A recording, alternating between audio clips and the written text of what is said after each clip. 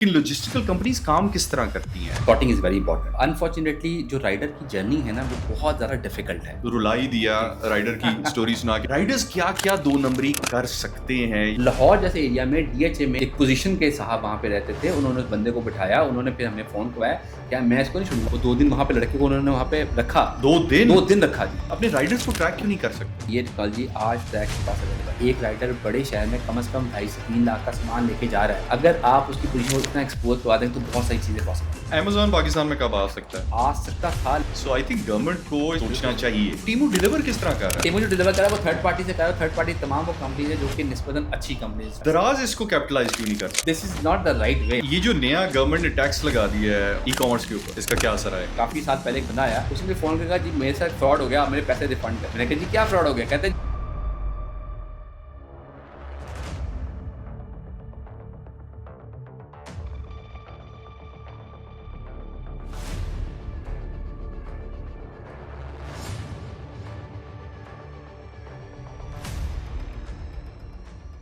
अस्सलाम वालेकुम अली, क्या हाल है? All यार well. पिछले कुछ 4 साल पहले मैंने अपनी कंपनी का स्टार्ट किया तो लॉजिस्टिकल कंपनीज के साथ ऑनलाइन मेरा बिजनेस था। 4 साल पहले स्टार्ट किया तो मुझे बिल्कुल कोई आइडिया नहीं था लॉजिस्टिकल कंपनीज किस तरह काम करती हैं। बट वो आहिस्ता आहिस्ता पिछले 4 सालों में जब पाला पड़ा, आप लोगों के साथ काम शुरू किया। आप ट्रैक्स के हेड ऑफ सेल्स हैं, बिग कंपनी। काफ़ी आप लोगों के साथ हमारा काम पिछले कुछ सालों में चला। मेरा इंटरेस्ट है कि मैं अंडरस्टैंड करूं as a layman, because obviously मैं एज अ कस्टमर तो काम कर रहा हूं, लेकिन लॉजिस्टिकल कंपनीज काम किस तरह करती हैं, इसकी क्या रैशनल है, प्रॉफिटेबिलिटी क्या है, how do these companies work. तो थोड़ा सा ज़रा मुझे इसके बारे में एज अ लेमैन एक्सप्लेन करें, और लोग जो हमारे व्यूअर्स हैं जो ये देख रहे हैं उनको थोड़ा सा एक्सप्लेन करें कि लॉजिस्टिकल कंपनीज कैसे काम करती हैं। देन थोड़े से इश्यूज मैं आपके साथ डिस्कस करूंगा कि जो हमें रौले पड़ते रहते हैं कोरियर कंपनीज के साथ, उनके बारे में आपका पॉइंट ऑफ व्यू क्या है, बिल्कुल ठीक एंड उसकी कोई रेजोल्यूशन है या नहीं है। बिल्कुल ठीक है, बिल्कुल। Thank you Yasir for giving me this honour to just come over into the podcast kind of a thing. बिल्कुल आप ठीक कह रहे हैं। पहले तो मैं आपको बताता हूँ कि लॉजिस्टिक इंडस्ट्री के जो इंग्रीडिएंट्स हैं, जो इंपॉर्टेंट इंग्रीडिएंट्स हैं, जिसकी बेस पे पूरी एक जर्नी चलती है, क्योंकि जो एंड कस्टमर होता है जब हमारे पास आता है, हमारे साथ काम शुरू करता है, तो उसको सिर्फ ये कंसर्न होता है कि मैंने आपको अपना पैकेट या पैकेज आपको हैंड ओवर किया, you are suppose to deliver this parcel to some other place. लेकिन उसके अंदर पूरी एक कबाहतें होती हैं, बहुत सारी एक स्टोरी लाइन होती है, एक स्टोरी बोर्ड होता है, जिसको पूरे को हमें जर्नी को कंप्लीट करने के बाद वहाँ तक चीज़ों को पहुँचाना होता है। मैं मोटा-मोटा चीज़ें बताऊँ तो आपकी पैकेट जब आपकी जर्नी से आप पिकअप करते हैं, उसको हम अपने विसिनिटी में लेके आते हैं, वहाँ पे आके सबसे पहला काम जो होता है सॉर्टिंग होती है। Sorting is very important. आपने देखा होगा, आपने कई दफ़ा एक्सपीरियंस भी किया होगा कि पता लगता है कि ये एक पैकेट जो पहले इस्लामाबाद जाना था वो गलती से कराची चला गया, तो वो किसी और डेस्टिनेशन में चला गया। अब वो सॉर्टिंग वाला जो मैकेनिज़्म है वो सबसे क्रिटिकल है, क्योंकि सॉर्टिंग का मतलब ये है कि आपने डेस्टिनेशन वाइज़, सिटी वाइज़ उसको अच्छे तरीके से सॉर्ट करना है, उसको बैगिंग करनी है, और बैगिंग करने के बाद आपने उसको जो मिडल माइल की एक्टिविटी जो कि सिटी टू सिटी मूवमेंट होती है, उस पे आपने उसको इनकॉर्पोरेट करना है। क्योंकि विद इन सिटी की जो प्रोडक्ट लाइन होती है वो कोई बहुत कॉम्प्लिकेटेड, उसमें रॉकेट साइंस नहीं है। आपको पता है लाहौर के पार्सल पड़े हैं तो ज़्यादा एड्रेस आगे पीछे होगा, आज राइडर गलत ले गया, अगले दिन आपको फिक्स कर लेंगे। सही है। But when we are talking about the middle mile, the line haul, वो बड़ा क्रिटिकल मामला होता है, जहाँ पे अक्सर औकात एक अच्छा हमें एफिशिएंट प्रोडक्टिव रिसोर्स की रिक्वायरमेंट होती है जो इन चीज़ों को प्रॉपर्ली लुक आफ्टर कर सके। फिर हमारे पास सबसे इंपॉर्टेंट जो हमारा ब्रांड एम्बेसडर होता है, जो आपको पता है कि वो हमारा राइडर होता है, जो कि वो मूवी वाला एक हीरो वाला कैरेक्टर होता है, या उसको विलन का कैरेक्टर कुछ जगहों पे हम उसको कंसिडर कर लेते हैं। वो ऐसा कैरेक्टर है जो कई दफ़ा हमारे लिए एक बहुत अच्छा ब्रांड इमेजरी एक कंसर्न में आ जाता है, तो कई दफ़ा वो हमारे बहुत उस विलन की शेप में आ जाते हैं, तो किसी को कोई रॉबरी कर लेता है या किसी को भगा के ले जाता है, तो उस तरह के कॉन्सेप्ट पे वो चीज़ें कर रहा होता है। सही। तो वो उसका बड़ा अलाइन होना ज़रूरी है। फिर आपकी ऑपरेशनल कैपेबिलिटी, और टॉप ऑफ द लाइन जो आजकल कंपनीज़ काम कर रही हैं और जिस पे आजकल कॉम्पिटिशन डेवलप होता जा रहा है, ख़ास तौर पे आफ्टर कोविड, वो है कि आपकी टेक्नोलॉजी बैकबोन कितना स्ट्रॉन्ग है, आपकी विजिबिलिटी कितनी स्ट्रॉन्ग है। क्योंकि इस वक्त मार्केट में कॉम्पिटिशन जो पाकिस्तान में डेवलप हो रहा है, ई कॉमर्स, क्योंकि हम बड़ी अर्ली एज पे अभी बिजनेस को हम एंजॉय कर रहे हैं, अभी बहुत बड़ी कम्युनिटी है, इसमें इंटरेक्ट नहीं कर आई थिंक 2020 के बाद आई थिंक इसके ऊपर बहुत ज्यादा जो फोकस आया है, जी। बिकॉज बहुत सारे लोगों ने 2020 के बाद बिजनेस स्टार्ट किए, खासतौर पे ऑनलाइन। जी। आई थिंक वो सर्ज एक बहुत बड़ी थी। बहुत बड़ी थी, बहुत बड़ी थी। क्योंकि उससे पहले मेरी जो पहली एक्स कंपनी के साथ मेरा एक प्रोटोकॉल था। हम लोग हमेशा से एक कॉर्पोरेट सेक्टर में काम करते थे, जो कि बैंक्स के लेटर जाते थे, सेलर कंपनीज़ के बिल्स को प्रिंट करना, डिलीवर करना, वो एक डिफरेंट फिनोमेना था। हम जब उससे शिफ्ट करके हम ई-कॉमर्स में आए, तो अर्ली टाइम में बिफोर कोविड जब हमने इसको स्टार्ट किया तो उस वक्त किसी की अंडरस्टैंडिंग में ई कॉमर्स की कोई वेटेज नहीं थी, क्योंकि ई कॉमर्स एक तो पोटेंशियल वाइज बहुत लो एंड पे था, दूसरा ये था कि ई कॉमर्स जर्नी, आपने कैश कलेक्ट करना है, आपने कस्टमर को पे करना है, ये पूरा फिनोमेना कहीं पे भी डेवलप नहीं हुआ था। तो उसको डेवलप करने में जो कोविड का टाइम था उसने बहुत स्पीडी एक हमें अच्छा एक पुश दिया, जिसमें हमने चीज़ों को बहुत जल्दी एक्सपेरिमेंट कर लिया। लोग अनएम्प्लॉयड हो गए, लोगों के पास जॉब्स नहीं थी, उन्होंने डिसाइड किया कि हम अपना कोई ई कॉमर्स का काम शुरू करें, क्योंकि इसमें जो स्केलेबिलिटी की जो जो प्रपोजिशंस हैं, it's all depend on your definition of the business, कि आप बिजनेस का वे फॉरवर्ड क्या बना रहे हैं। इसमें आपकी कोई फाइनेंशियल बहुत हाई एंड कंस्ट्रेन नहीं है, आपको बहुत बड़ी, जिस तरह रिटेल का बिजनेस एक बड़ी फिनोमिनल एक बिजनेस मॉडल होता है कि जहाँ पे आप शॉप भी लेनी है, आपको स्टाफ भी रखना है, आपको कैपेक्स और ओपेक्स पे काम करना है। यहाँ पे कंट्रोलिंग मैकेनिज्म निस्बतन बेहतर है। आप स्मॉल स्केल बिजनेस भी रन कर सकते हैं, आप बिग स्केल बिजनेस भी रन कर सकते हैं। क्योंकि मैंने रियलाइज किया था कि कोविड से पहले लोगों का ऑनलाइन परचेजिंग पे भी इतना मतलब था ध्यान, लेकिन बहुत ज्यादा ध्यान नहीं था, ट्रस्ट फैक्टर नहीं था कि यार पता नहीं क्या चीज आएगी, कैसे आएगी। लेकिन आई थिंक कोविड के बाद खाने पीने की प्रोडक्ट्स के अंदर तो था ही था, लेकिन आई थिंक लोग इतने फारिग थे कोविड के वो इस एक साल के अंदर कि लोगों ने आई थिंक ऑनलाइन शॉप्स जो थी उनको एक्सप्लोर बड़ा एक्टिवली करना शुरू कर दिया। आई थिंक ये पूरी एक इंडस्ट्री उसके बाद अभी भी इन्फेंसी में ही है, 4 साल हुए हैं, 4-5 साल हुए हैं। I think that picked up pretty nicely. Yes, बिल्कुल ऐसे, बिल्कुल ऐसे। तो वो वाली चीज़ ने बहुत ज़्यादा पुश किया और इसको पूरा एक इंडस्ट्री एक सीरियस माइंड बन गया for as long as we are talking about the brands. जो ब्रांड पहले रिटेल पे बहुत ज़्यादा कंफर्टेबल थे, उस पर काम कर रहे थे, उन्होंने भी इसको फोकस किया कि ई कॉमर्स अब सीरियस एक बिजनेस मॉडल है, हमें इस पर कहीं ना कहीं चीज़ों को अलाइन करना, और स्मॉल स्केल बिजनेस के लिए भी बहुत अच्छी अपॉर्चुनिटी डेवलप की। तो ये पूरी एक शॉर्टेस्ट जर्नी है जहाँ पे हम पूरी जो है लॉजिस्टिक के, मैंने आपको टॉप कैरेक्टर्स बता दिए हैं कि एक वो विलन होता है, एक हीरो होता है, एक जो है वो सपोर्टिंग स्टाफ होता है जो कि नॉर्मली सेल्स के लोग होते हैं जो चीज़ों को इनिशिएट करते हैं, और उसके मुताबिक हम मूवी को जो है वो पूरा स्टार्ट। अच्छा, आपने जिक्र किया मिड माइल और लास्ट माइल। जी, 3 तरह के होते हैं, एक फर्स्ट माइल होता है, एक मिडिल माइल होता है, एक लास्ट। इसको थोड़ा सा एक्सप्लेन करें कि ये क्या होता है। जी, फर्स्ट माइल का मतलब ये है कि मैं ब्रांड के पास गया, मैंने वहां से प्रोडक्ट को उठा के अपने वेयर हाउस में ले गया, this is the first mile. So जो कस्टमर से आपने प्रोडक्ट उठानी, दैट्स द फर्स्ट माइल।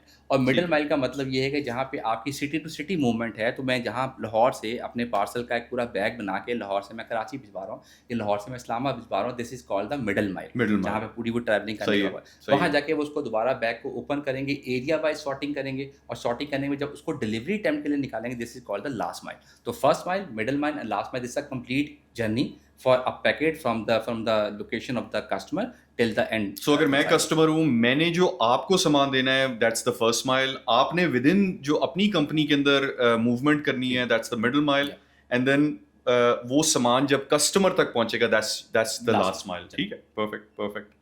अब मुझे ये बताएं, अब हम अगेन जिस तरह मैंने जिक्र किया कि हम पिछले 4 साल से ये कर रहे हैं, हमारा कंसर्न होता है प्राइसिंग का। यू नो अगेन गिवन के यू नो जो हम आपको पार्सल देंगे वो डिलीवर हो जाएगा, that's the basic understanding. Pricing कैसे, बिकॉज मैंने बहुत सारी कंपनियां TCS के साथ, ट्रैक्स के साथ, पोस्टेक्स के साथ, AHL के साथ, बहुत सारी कंपनीज के साथ काम किया है, लेकिन मुझे ये समझ नहीं आई कि ये इतना वेरिएंस क्यों है। मतलब एक कंपनी है जो 50 रुपए में भी आपका पार्सल डिलीवर कर रही है विद इन लाहौर, बट एक कंपनी है जो लाहौर के अंदर ही डिलीवर करने में आपसे 150 रुपया ले रही है। सो ये how does that work? I mean parcel तो आई थिंक दोनों कंपनीज ही डिलीवर कर रही हैं, बट इतना प्राइस का फर्क क्यों है? बिल्कुल ऐसे। अच्छा, यहाँ से इसमें दो इसमें एस्पेक्ट है। एक तो इसमें एस्पेक्ट वो है जो कि हमें पाकिस्तान में, क्योंकि पिछले कुछ अरसे में जितनी कंपनीज डेवलप हुई उनमें से मेजॉरिटी ऐसी कंपनीज थी जो कहीं ना कहीं सीड फंडेड इंफ्रास्ट्रक्चर पे चीज़ों को इस्टेब्लिश कर। कौन सी फंडेड? सीड फंडेड, जिसमें आपको कि ग्लोबल फंडिंग आपको इनकॉर्पोरेट होती है और उसकी सीड फंडिंग, ठीक है, उस पर आप काम को स्टार्ट करते हैं, और जब काम को स्टार्ट करते हैं तो उसमें उनकी अपनी एक प्रोटोकॉल्स होती हैं, उसको आपको नंबर्स में, GMV में तमाम चीज़ों को कहीं ना कहीं मैनेज करना पड़ता है, और आपको नंबर्स की गेम पे अपने राउंड्स पे नेक्स्ट टू नेक्स्ट उसमें जाना। क्योंकि पाकिस्तान में जो मेजर 2 कंपनीज हमेशा से थी, जो सबको पता है, वो एक लेपर्ड थी और एक TCS थी। बिल्कुल ऐसे। तो उसके बाद ये कोविड के बाद और कौन सी कंपनीज आई, मे बी जो जिस तरह आप कह रहे हैं कि सीड फंडिंग के थ्रू, या सो वो जो मशरूम ग्रोथ हुई है, उनमें कौन सी कंपनी? उसमें स्विफ्ट आई, एक TPL राइडर एक कंपनी आई, उसके बाद मूवेक्स ने कंट्रीब्यूट किया, फिर कॉल कोरियर और PostEx is a very famous company nowadays.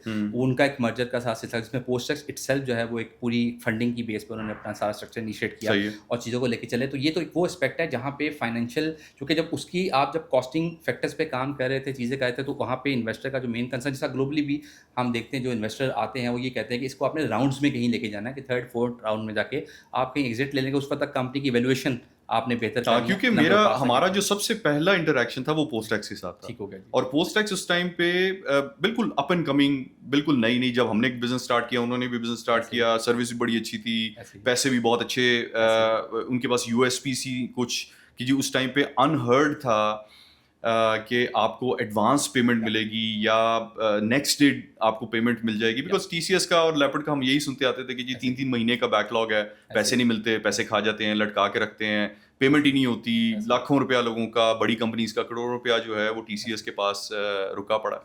सो इन्होंने आके सबसे पहले आई थिंक इनका इंटरफेस बहुत अच्छा था, इनका सॉफ्टवेयर बहुत अच्छा था, जो इनका पोर्टल था that was pretty nice. Secondly इन्होंने जो पेमेंट की साइकिल थी उसको बड़ा इम्प्रूव कर लिया कि ये पेमेंट्स आपको रेगुलरली नेक्स्ट डे देना शुरू कर दी। बट उस टाइम पे आई थिंक इन्होंने फंडिंग स्टार्ट नहीं की थी, बट लेटर जब इन्होंने आई थिंक फंडिंग की है, और उस टाइम पे मैं इनसे एक दो दफा पूछा भी, वो यंग सारे हैं दोस्तों यार, वो उसी तरह की दोस्ती हो गई स्टार्ट में। सो दे वर सेइंग कि यार we are not concerned about profitability right Yes. Now, we are just concerned about numbers, yes कि जी हमने कितने पार्सल्स डिलीवर करने हैं, हमारा अभी कंसर्न ये है। एंड आई सेड प्रॉफिटेबिलिटी किधर गई? वो कहते जी ये हमारा मसला नहीं, अभी नंबर्स का मसला है, और ये नंबर्स दिखा के हमने आगे जो को फंडिंग next करनी है। सो आई थिंक वो बड़ा उस टाइम पे मेरे लिए था कि यार ये लॉस में किस तरह बिजनेस कर रहे हैं।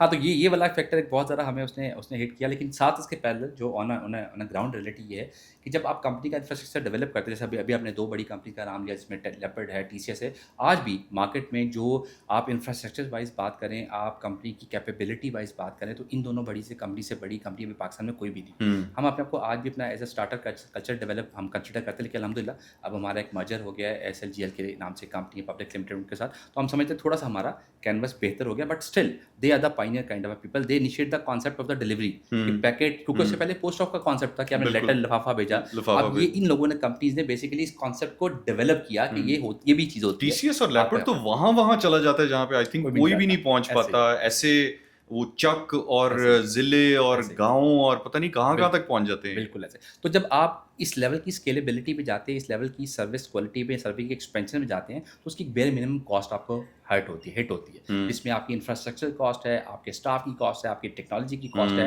आपकी ट्रांसपोर्टेशन की कॉस्ट है। अब जब इन तमाम कॉस्ट फैक्टर्स को कहीं क्लब करते हैं ना, तो वहाँ पे जाके डिफरेंस पैदा होता है कि आपका जो पर पैकेट कॉस्ट है वो कैसे पड़ेगी। फॉर इंस्टेंस, जैसे आपने कुछ कंपनीज के नाम लिए जो कि लाहौर बेस्ड काम कर रहे हैं, जैसे मैंने बताया कि लाहौर में इस वक्त को 40+ कंपनी जो है वो सिर्फ विद इन सिटी काम करे, कुछ लाहौर, कुछ इस्लामाबाद, मेजर सिटीज़ में काम कर रहे हैं। अब उनकी कॉस्ट का जो मैकेनिज्म है, cost calculation all depend on the infrastructure of the with in city kind of a thing. अब जब मेरी जैसी कंपनी जो कि 700-800 सिटीज़ में काम कर रही है और इतने बड़े स्केलेबल ऑप्शन पे काम कर रही है, जहाँ पे एक बहुत बड़ी फ्लीट हमारी लॉजिस्टिक की और राइडर्स की है जो सही चीज़ों को मैनेज करी, तो उसका जो फैक्टर, जब आप यूनिट ऑफ इकोनॉमिक्स को थोड़ा स्टडी करते हैं, तो वो जब थोड़ा सा फैक्टर भी कहीं ऐड ऑन होता है, तो मेरी प्राइसिंग वो कभी भी उसको मीट नहीं कर पाती। तो अगर हम ऑन मेरिट भी बात करें, तो ये एक बहुत बड़ा टेक्निकल फैक्टर है, जिसकी वजह से एक ही सिटी में रहने के बावजूद जब 1-2 कंपनीज काम कर रही हैं, तो उनकी कॉस्टिंग फैक्टर इन टोटलिटी वो उसका एक इम्पैक्ट फैक्टर जो है वहाँ पे आता है। फिर इंपॉर्टेंट बात ये है कि जब आप कॉस्ट, जैसे हमने बताया कि कॉस्ट के फैक्टर्स बहुत ज़्यादा वेरिएंट है। आप आज मार्केट में जाएं, अब तो खैर शायद थोड़ा सा स्टेबिलिटी आ गई, क्योंकि 2-3 कंपनी जो है मार्केट से निकल गई हैं। अगर मैं इस पर टिपिकल बात करूँ, तो technology oriented service provider in the market are 2 companies. One is Trax and other one is the Postex, who are working in a specific for the e-commerce niche market. TCS, Leopard, MLP, they are doing very good, and other companies as well. लेकिन ये 2 company जिन्होंने technology based और सिर्फ e-commerce अपना business start किया था, और आज वो डाइवर्सिफाई जरूर कर रहे हैं, क्योंकि आई थिंक टीसीएस और लेपर्ड को पिवट करना पड़ रहा है। वो नॉर्मल जो पुराना कॉर्पोरेट वाली साइड थी, उससे अब ई कॉमर्स की तरफ आने में आप लोगों ने आई थिंक उस टाइम पे स्टार्ट किया जब ई कॉमर्स जी बिल्कुल 2018 में बेसिकली हमने सारा स्टार्ट किया था, और 19 was a very crunch time, जहाँ पे हमने बिजनेस को बहुत ज़्यादा अपस्केल किया।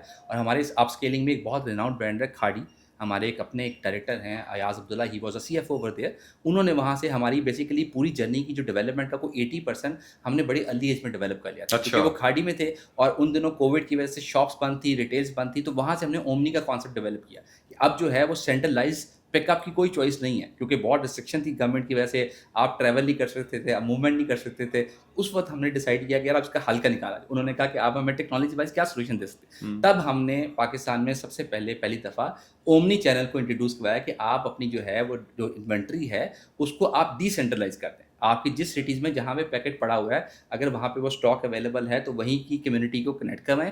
हमारे लिए पिक करना भी आसान हो जाएगा with the standard SOP of the Covid, और उसकी डिलीवरी को भी हम ज़्यादा प्रोएक्टिव कर सकते हैं। डिसेंट्रलाइज करने का क्या मतलब है, दोबारा बताइए। डिसेंट्रलाइज करने का मतलब ये है कि जब आप नॉर्मली जो एसएमई स्केल के ब्रांड्स काम करती हैं, इवन बड़े ब्रांड्स जब काम करते थे इस थोड़े अर्से से पहले, वो ये करते थे कि आपकी एक सेंट्रलाइज वेयरहाउस स्पेस है सही है। जहाँ पे आपका सारा सामान पड़ा हुआ है, आपका ऑर्डर ऑनलाइन आएगा, वहाँ से पिक होगा, पिक होने के बाद पूरे पाकिस्तान वो ट्रैवल करेगा, किसी एक शहर में होगा या कहीं पे भी जाना। ठीक। अब उसमें दो तरह के फैक्टर्स थे। एक तो ऑफ कोर्स कॉस्ट आपको बहुत ज़्यादा हिट करती है। जब मैं सिटी टू सिटी की बात करता हूँ, उसकी कॉस्ट डायनामिक्स डिफरेंट है। वही पैकेट अगर मुझे उसी सिटी में अगर मिल जाता है तो उसकी जो आपका कॉस्ट फैक्टर हिट करेगा वो विद इन सिटी का करेगा। आपकी डिलीवरी एफिशिएंसी बहुत प्रोडक्टिव हो जाएगी। और जो हमारे एंड कस्टमर का माइंड सेट है कि हम आज भी पाकिस्तान में मेजॉरिटी बिजनेस जो स्टेक पे कर रहे हैं वो सीओडी पे कर रहे हैं, कैश ऑन डिलीवरी पे कर रहे हैं। तो कस्टमर के माइंड चेंज होने की चांसेस बहुत ज़्यादा है। कस्टमर का स्टेक जो हमारा एंड कस्टमर है, सबसे कम स्टेक उसका है, उससे थोड़ा सा शायद कहीं मेरा है, क्योंकि मुझे कहीं कॉस्ट फैक्टर में कहीं काम करना हो। आपका जो ब्रांड का सबसे ज़्यादा स्टेक है, ठीक है, वो एफर्ट भी सबसे ज़्यादा करता है। वो पूरी एफर्ट करने के बाद चीज़ को डेवलप भी कर बड़ी अच्छे तरीके से उसके बाद हम आगे लेके जाते हैं। एंड कस्टमर के लिए बड़ा आसान है कहना कि मुझे पैकेट नहीं चाहिए। अच्छा, सो आपने डिसेंट्रलाइज आप एक्सप्लेन कर रहे थे कि डिसेंट्रलाइज जब आप करते हैं, ओमनी एग्जैक्टली किस तरह वर्क करती है? जी, ओमनी का मेन कॉन्सेप्ट ये है, ये हम जो भी प्लेटफॉर्म कंपनी यूज़ करती है, जैसे उस ज़माने में जो है वो खाड़ी मैजेंडो पे काम कर रहा था, उसमें उन्होंने कुछ ऐसे एल्गोरिथम्स बनाए, कुछ ऐसे प्रोसीजर्स बनाए। जब ऑर्डर उनके सिस्टम पे लैंड करता, फॉर एग्जांपल मैं लाहौर में बैठा हूँ, मैं लाहौर से एक ऑर्डर खाड़ी की वेबसाइट पे प्लेस किया, और खाड़ी का चूँकि हेड ऑफिस कराची में है, तो वो उसको चेक करेगा कि जो प्रोडक्ट का ऑर्डर आया है, क्या वो ऑर्डर लाहौर की सराउंडिंग में जो उनकी रिटेल शॉप्स है उसकी इन्वेंट्री में अवेलेबल है। अच्छा। अगर वो अवेलेबल है तो सबसे पहले वो उसको हिट करता था और वहाँ से मेरे ऑर्डर को पार्क करता था। अगर वो लाहौर में अवेलेबल नहीं है तो लाहौर के बाद नेक्स्ट नियरेस्ट सिटी कौन सी है, फैसलाबाद होगा या फैसलाबाद, मुल्तान की तरफ चला जाएगा, इस्लामाबाद की तरफ चला जाएगा। फिर होते होते अगर कहीं से भी वो चीज़ अवेलेबल नहीं हो रही तो Karachi should be the last resort. So ये ओमनी चैनल का जो सॉफ्टवेयर है, ये कंपनी अपने लिए बनाती है कि आप उनको प्रोवाइड करके कंपनी अपने लिए बनाती है। हमारा सिस्टम सिर्फ ये प्रोविजन देता है कि आप हमारे पोर्टल के अंदर मल्टी लोकेशन आइडेंटिफिकेशन कर सकते हैं, ताकि हमारा पोर्टल उस डेटा को सिंक कर सके। सही है। हमारे लिए वो एक सिंगल लोकेशन भी वही मायने रखती है जो कि मल्टी लोकेशन पिकअप्स पे ओके, तो हमने भी वहाँ से ये स्टार्ट किया। और स्टार्ट करने की रीज़न सिर्फ ये थी क्योंकि वो एसओपीज इतने स्ट्रिक्ट थे कि हमें सिटी टू सिटी मूवमेंट करना, और इवन विद इन सिटी भी उन दिनों में जब हमारी गाड़ी निकलती थी तो अक्सर औकात ये मसला होता था कि वो प्रोटोकॉल को हम फुलफिल नहीं करते थे, और दुनिया में कुछ ऐसा भी पेश आता था जहाँ बहुत स्ट्रिक्ट हो देते थे, किसी किस्म की मूवमेंट नहीं होती थी। तो वहाँ से हमने चीज़ों को डेवलप किया। तो खाड़ी was the top of the line kind of a customer with us, जिसने हमारी पूरी डेवलपमेंट का आज भी 60-70% उस 3-4 महीनों में हमने डेवलप करके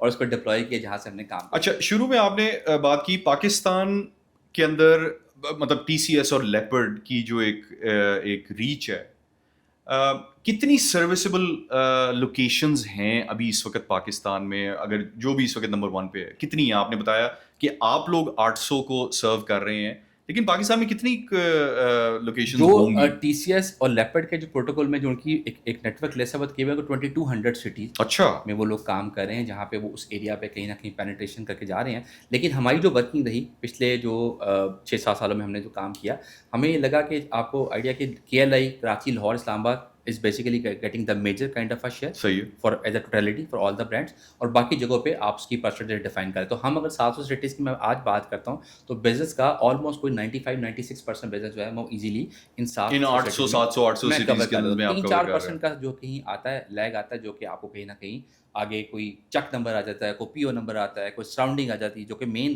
GT रोड से या मेन मोटरवे से अगर हम 5 किलोमीटर से अंदर का कोई रेडियस निकालते हैं तो उसको हम कंसिडर करते हैं कि ये OSA होगा। OSA means out of service area, और NSA होगा कि नॉन सर्विस एरिया होगा। उस कैटेगराइजेशन में हम कहीं फॉल करवा रहे हैं। और जो NSA हैं वो उनको किस तरह सामान जाता है?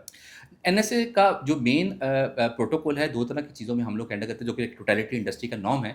हम सबसे पहले एंड कस्टमर को कहीं ना कहीं पुल इन करते हैं, उससे रिक्वेस्ट करते हैं कि सेंट्रलाइज पॉइंट है जहाँ पे हमारा राइडर इस पॉइंट तक जाता है, आप अगर इन पर्सन वहाँ से पिक करना चाहते हैं तो आप कनेक्ट होकर उसको करवा सकते हैं। अगर वो नहीं होता तो फिर हम ब्रांड को ये इन्फॉर्मेशन पास ऑन कर देते हैं कि आपका जो पैकेट है ये हमारी उस नेटवर्क लिस्ट के अकॉर्डिंगली NSA या आउट ऑफ सर्विस एरिया में कहीं लैंड कर रहा है, उसको हमें स्पेसिफिकली हैंडल करना पड़ेगा ऑन अ स्पेशल रिक्वेस्ट। उसके कुछ नॉमिनल चार्जेस हम कहीं क्लब करते हैं और उसके बाद हम उसको फैसिलिटेट लेकिन ये बहुत थोड़ी से नंबर्स बहुत होते होंगे कि जी माइनस। उसमें हमारे सिस्टम में लेस देन 1% है जो कि एनएसए ओएसए की कैटेगरी में फॉल कर रहा हाँ, है। क्योंकि कई दफ़ा अगेन जब आप नया-नया बिज़नेस स्टार्ट करते हैं तो आपका दिल करता है कि जी आप अपने हर कस्टमर को ऐसे ही। जिसने आपको कॉल की है, जिसने आपका ऑर्डर प्लेस किया है, सो हमें भी शुरू में ये वाली प्रॉब्लम आई कि जी नॉन सर्विस एरियाज़ का अब वो भी बेचारे चाह रहे ऐसे हैं ही। कि जी वो आपका कह रहे हैं कि जी हम तो हाँ। आपकी प्रोडक्ट लेना चाहते हैं और किसी तरीके से हमें पहुँचा दें और फिर हम फ्रस्ट्रेट हों कि यार किसको कहें, अच्छा ट्रैक्स नहीं कर रहा, पोस्ट टैक्स नहीं कर रहा, ये नहीं कर रहा, वो नहीं कर रहा।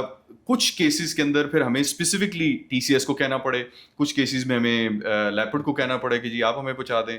एंड देन फिर ये वाला प्रॉब्लम भी है कि जी वहाँ पे बहुत सारे केसेस के अंदर कस्टमर्स के ना कोई हाउस नंबर है, ना कोई स्ट्रीट नंबर है, ना कोई करीबी इलाका, ऐसे ही। ना कोई सोसाइटी। ऐसे ही। वो अच्छा कितने लोग हमें कस्टमर्स हमारे कहें कि जी आप बस आ जाएँ, वहाँ पे किसी को भी पूछ लीजिएगा हाँ, जी मेरा नाम नस दस देना। नस ये वाला स्कूल, नस ये मस्जिद, ये स्टोर, वो सब चीज़ों पे वो अच्छा मैं इस पे थोड़ा-सा एक चीज़ कहता हूँ कि जैसे आपने अभी बड़ा अच्छा जिस पॉइंट पे हम अभी डिस्कशन कर रहे हैं, हम प्राइसिंग पे बात कर रहे हैं। पोस्ट ऑफिस का जो इंफ्रास्ट्रक्चर पाकिस्तान में रहा, वो वाक़ई उस लेवल का रहा जिसमें आज भी बहुत सारा कस्टमर जैसे आप ज़िक्र कर रहे हैं, वो ये कहता है कि वहाँ पहुँच के किसी से पूछ के मैंने इम्तियाज़ के घर जाना है, मैं चौधरी अकबर के घर जाना है हाँ, या मैंने दुकान के पास जाना है क्योंकि पोस्ट टैक्स वालों को पता होगा। पोस्ट ऑफिस वालों को बिल्कुल पता है। वो इसलिए पता है कि उनकी मेरा ख़्याल है अगर मैं एग्ज़ैजरेट नहीं कर रहा हूँ, हर घर में कम से कम 3 से 4 नस्लें उसी इलाके के रहने वाले हैं, वो उनसे उठना-बैठना है, मिलना-मिलाना है। हुँ, उस ज़माने से है जब अमेरिका से एक चिट्ठी आती थी और घर वालों को परेशानी लग जाती थी, खुदा ना ख़ास्ता ये चिट्ठी आ गई, पता नहीं इसमें क्या लिखा होगा। तो हुँ, वो भी हमने बहुत सारे ड्रामों में चीज़ें देखी और रियलिटी में चीज़ें होती रही हैं। हुँ। तो वो वाला जर्नी जो उन्होंने डेवलप की है, वहाँ पे उनको उस लेवल की पेनिट्रेशन बिल्कुल है। चक नंबर पीओ पे पहुँचना बहुत आसान है, लेकिन बात वही है कि टेक्नोलॉजी के साथ वो बहुत ज़्यादा कॉप अप नहीं कर सके अनफॉर्चुनेटली क्योंकि पाकिस्तान पोस्ट या किसी भी दुनिया में आप देखें, जो लोकल पोस्ट जो गवर्नमेंट बेस्ड पोस्ट होती है, वो अल्टीमेटली आपका एक इंफ्रास्ट्रक्चर डेवलप करती है। हुँ। आपको कहीं न कहीं आपको आपको एक इकोनॉमी में कहीं न कहीं कंट्रीब्यूटर होती है। लेकिन हमारे यहाँ पे हम इंफ्रास्ट्रक्चर वाइज़ में काफ़ी पीछे रह गए जिसकी वजह से तमाम कंपनीज़ का एक सेटअप बना और बहुत सारी कंपनी मार्केट में सो जिस तरह अभी आपने जिक्र किया Trax is doing about 700-800 points, या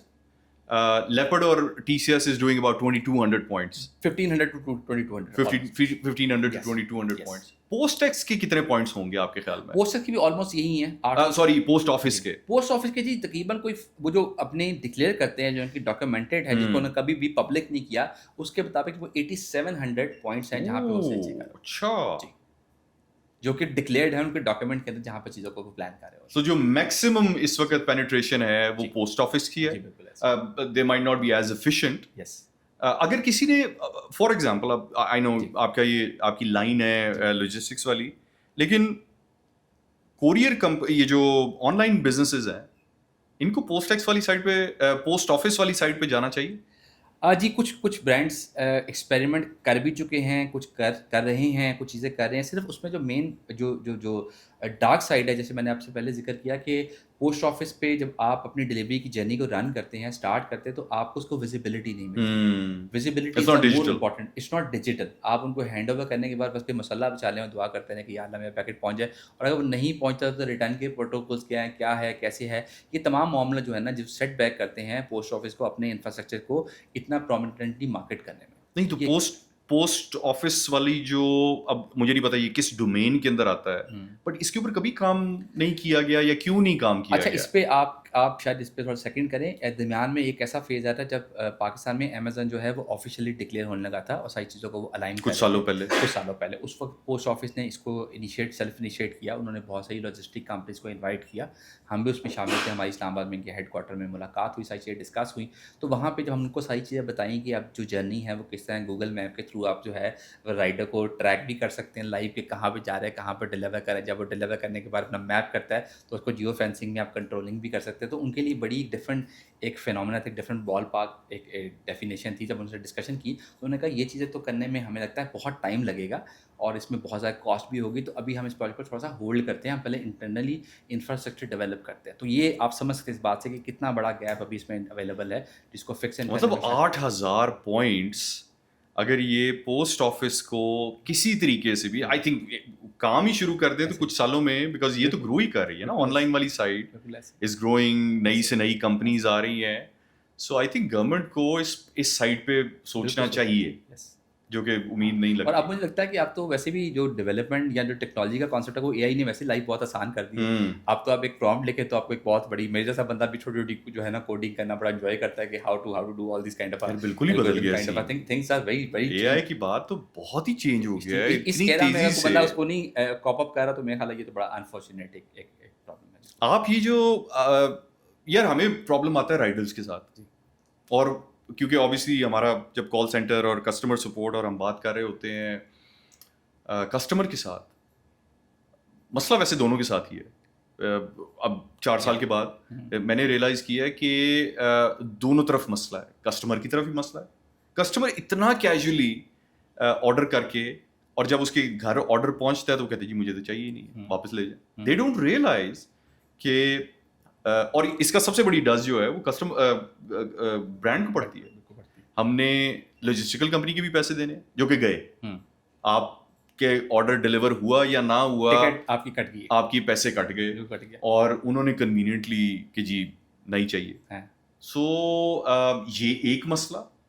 secondly, rider, I have heard so many times हमारे कस्टमर कंप्लेन करते हैं कि जी राइडर आके ना चौक पे आके खड़ा होकर कहता है कि जी मैं आपके घर नहीं आ रहा, आप प्लीज़ वहाँ से आके पिक कर लें, या मैं उधर खड़ा हुआ वहाँ से आके पिक कर लें। या सम टाइम्स तो राइडर ही फेक ऑर्डर कर देते हैं कि जी मैं गया था और ये हुआ था वो हुआ था, और कस्टमर ने ना कर दी। कस्टमर को कॉल करते हैं, कस्टमर कहता है कि जी झूठ बोल रहा है वो। अब यहाँ पे हम बीच में फंस जाते हैं कि क्या करें, किसको पकड़ें, कैसे करें इसका। इनिशियली पोस्ट टैक्स वालों ने जब ये काम स्टार्ट किया था तो उन्होंने तस्वीरें उतारना शुरू कर दी कि जी ये हमारा राइडर, उसने तस्वीर उतारी है, ये हम घर के बाहर खड़े हुए हैं, ये उसका नंबर लिखा हुआ है, ब्राउन गेट है, ये काला गेट है। वो उन्होंने शुरू में किया, बट देन दे लेफ्ट, उन्होंने छोड़ दिया। सो इन चीजों को लॉजिस्टिकल कंपनी की साइड से आप कैसे ऑप्टिमाइज कर सकते हैं? है कोई तरीका कि नहीं कोई तरीका? जी बिल्कुल तरीका है। जैसे मैंने शुरू में बताया कि जैसे अब मैंने वो जब कैरेक्टर्स आपको मैं हाईलाइट कर रहा था, बताया था कि ये हमारी कंपनी का विलन है और कुछ केसेस में हमारा एक वो ब्रांड हीरो भी है। एज अ हीरो भी है। ये डुअल कैरेक्टर में कहीं काम कर रहा था। आपने खुद किसी को हाईलाइट, मैं उसको ऐड ऑन करता हूँ कि अनफॉर्चुनेटली जो राइडर की जर्नी है ना वो बहुत ज़्यादा डिफिकल्ट है। हम अगर ऑन ग्राउंड कभी इसको स्टडी करें, थोड़ा सा एनालिसिस करें, असेस करें, वो बंदा जो सुबह हमारे ऑफिस आता है, हमारी विसिनिटी पे आके को 50-60 पैकेट वो अपने बैग में डालता है, और डालने के बाद जब वो निकलता है और वो एक पहले घर में जाता है जहाँ पे एक खातून घर में होती हैं, और वो उससे ये गुजारिश करती हैं कि ये पैकेट बेटा मुझे दो या बच्चा मुझे दे दो, मैं अंदर लेके जाती हूँ, तुम्हें पैसे दे देती हूँ। अब वो चूँकि खातून है और पाकिस्तान में चूँकि जेंडर का जो मामला है वो बहुत ज़्यादा सेंसिटिव है, हम उसको बहुत ज़्यादा उस तरह नहीं कर पाते, तो वो इतना चाहते हुए भी मजबूरन, चूँकि मोहल्ले के लोग उसको देखते हैं, वो कोई हाथापाई नहीं कर सकता, वो पैकेट लेके अंदर चली जाती हैं, जाके वो उसको खोलती हैं, वो चेक करती हैं, वो मैनिपुलेशन करती हैं, या उनको पसंद नहीं आता, दोनों सूरतों में वो पैकेट ला के राइडर के हवाले करती हूँ, कहती है बेटा तुम ले जाओ, मुझे ये पैकेट नहीं चाहिए।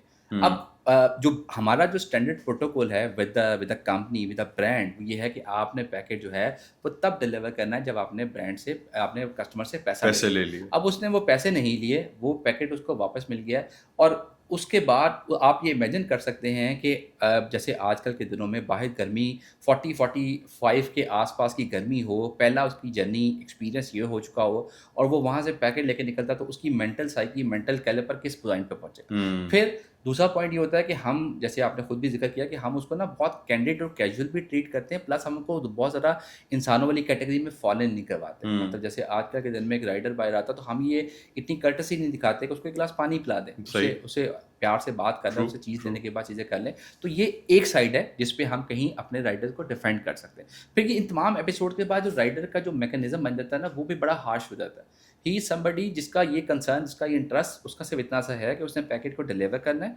और डिलीवर करने के बाद जो पैसे कंपनी को मिलने हैं उसमें से एक हैंडसम अमाउंट उसको एज ए इंसेंटिव मिलना है। उसकी उस पैकेट का कोई लॉयल्टी नहीं है, उसको कोई लॉयल्टी नहीं है, उसको कोई इंटरेस्ट नहीं है, उसको ये फील नहीं है कि ये इमोशंस हैं। एक बंदे ने बड़े मोहब्बत से, बड़े शौक से एक ब्रांड से ऑर्डर किया है, किसी इवेंट के लिए किया है, किसी वजह से किया है, और वो पैकेट का पहुंचना उसके लिए कितना इंपॉर्टेंट हो सकता है, लेकिन वो उसको इतना बॉदर नहीं करता। इसलिए वो कहता है कि जी बस ठीक है, ये पैकेट पहुंच गया तब भी ठीक है, नहीं भी पहुंचेगा तो मेरा कोई मसला नहीं बनेगा, क्योंकि मुझे तो ये एक्स अमाउंट ऑफ मनी मिलनी है, इसके अलावा मेरा इस चीज़ से कोई ताल्लुक नहीं। अच्छा एक मिनट, अगर राइडर की साइड पे अभी आपने रुला ही दिया राइडर की स्टोरी सुना के, जो कि हमने कभी नहीं सुनी थी।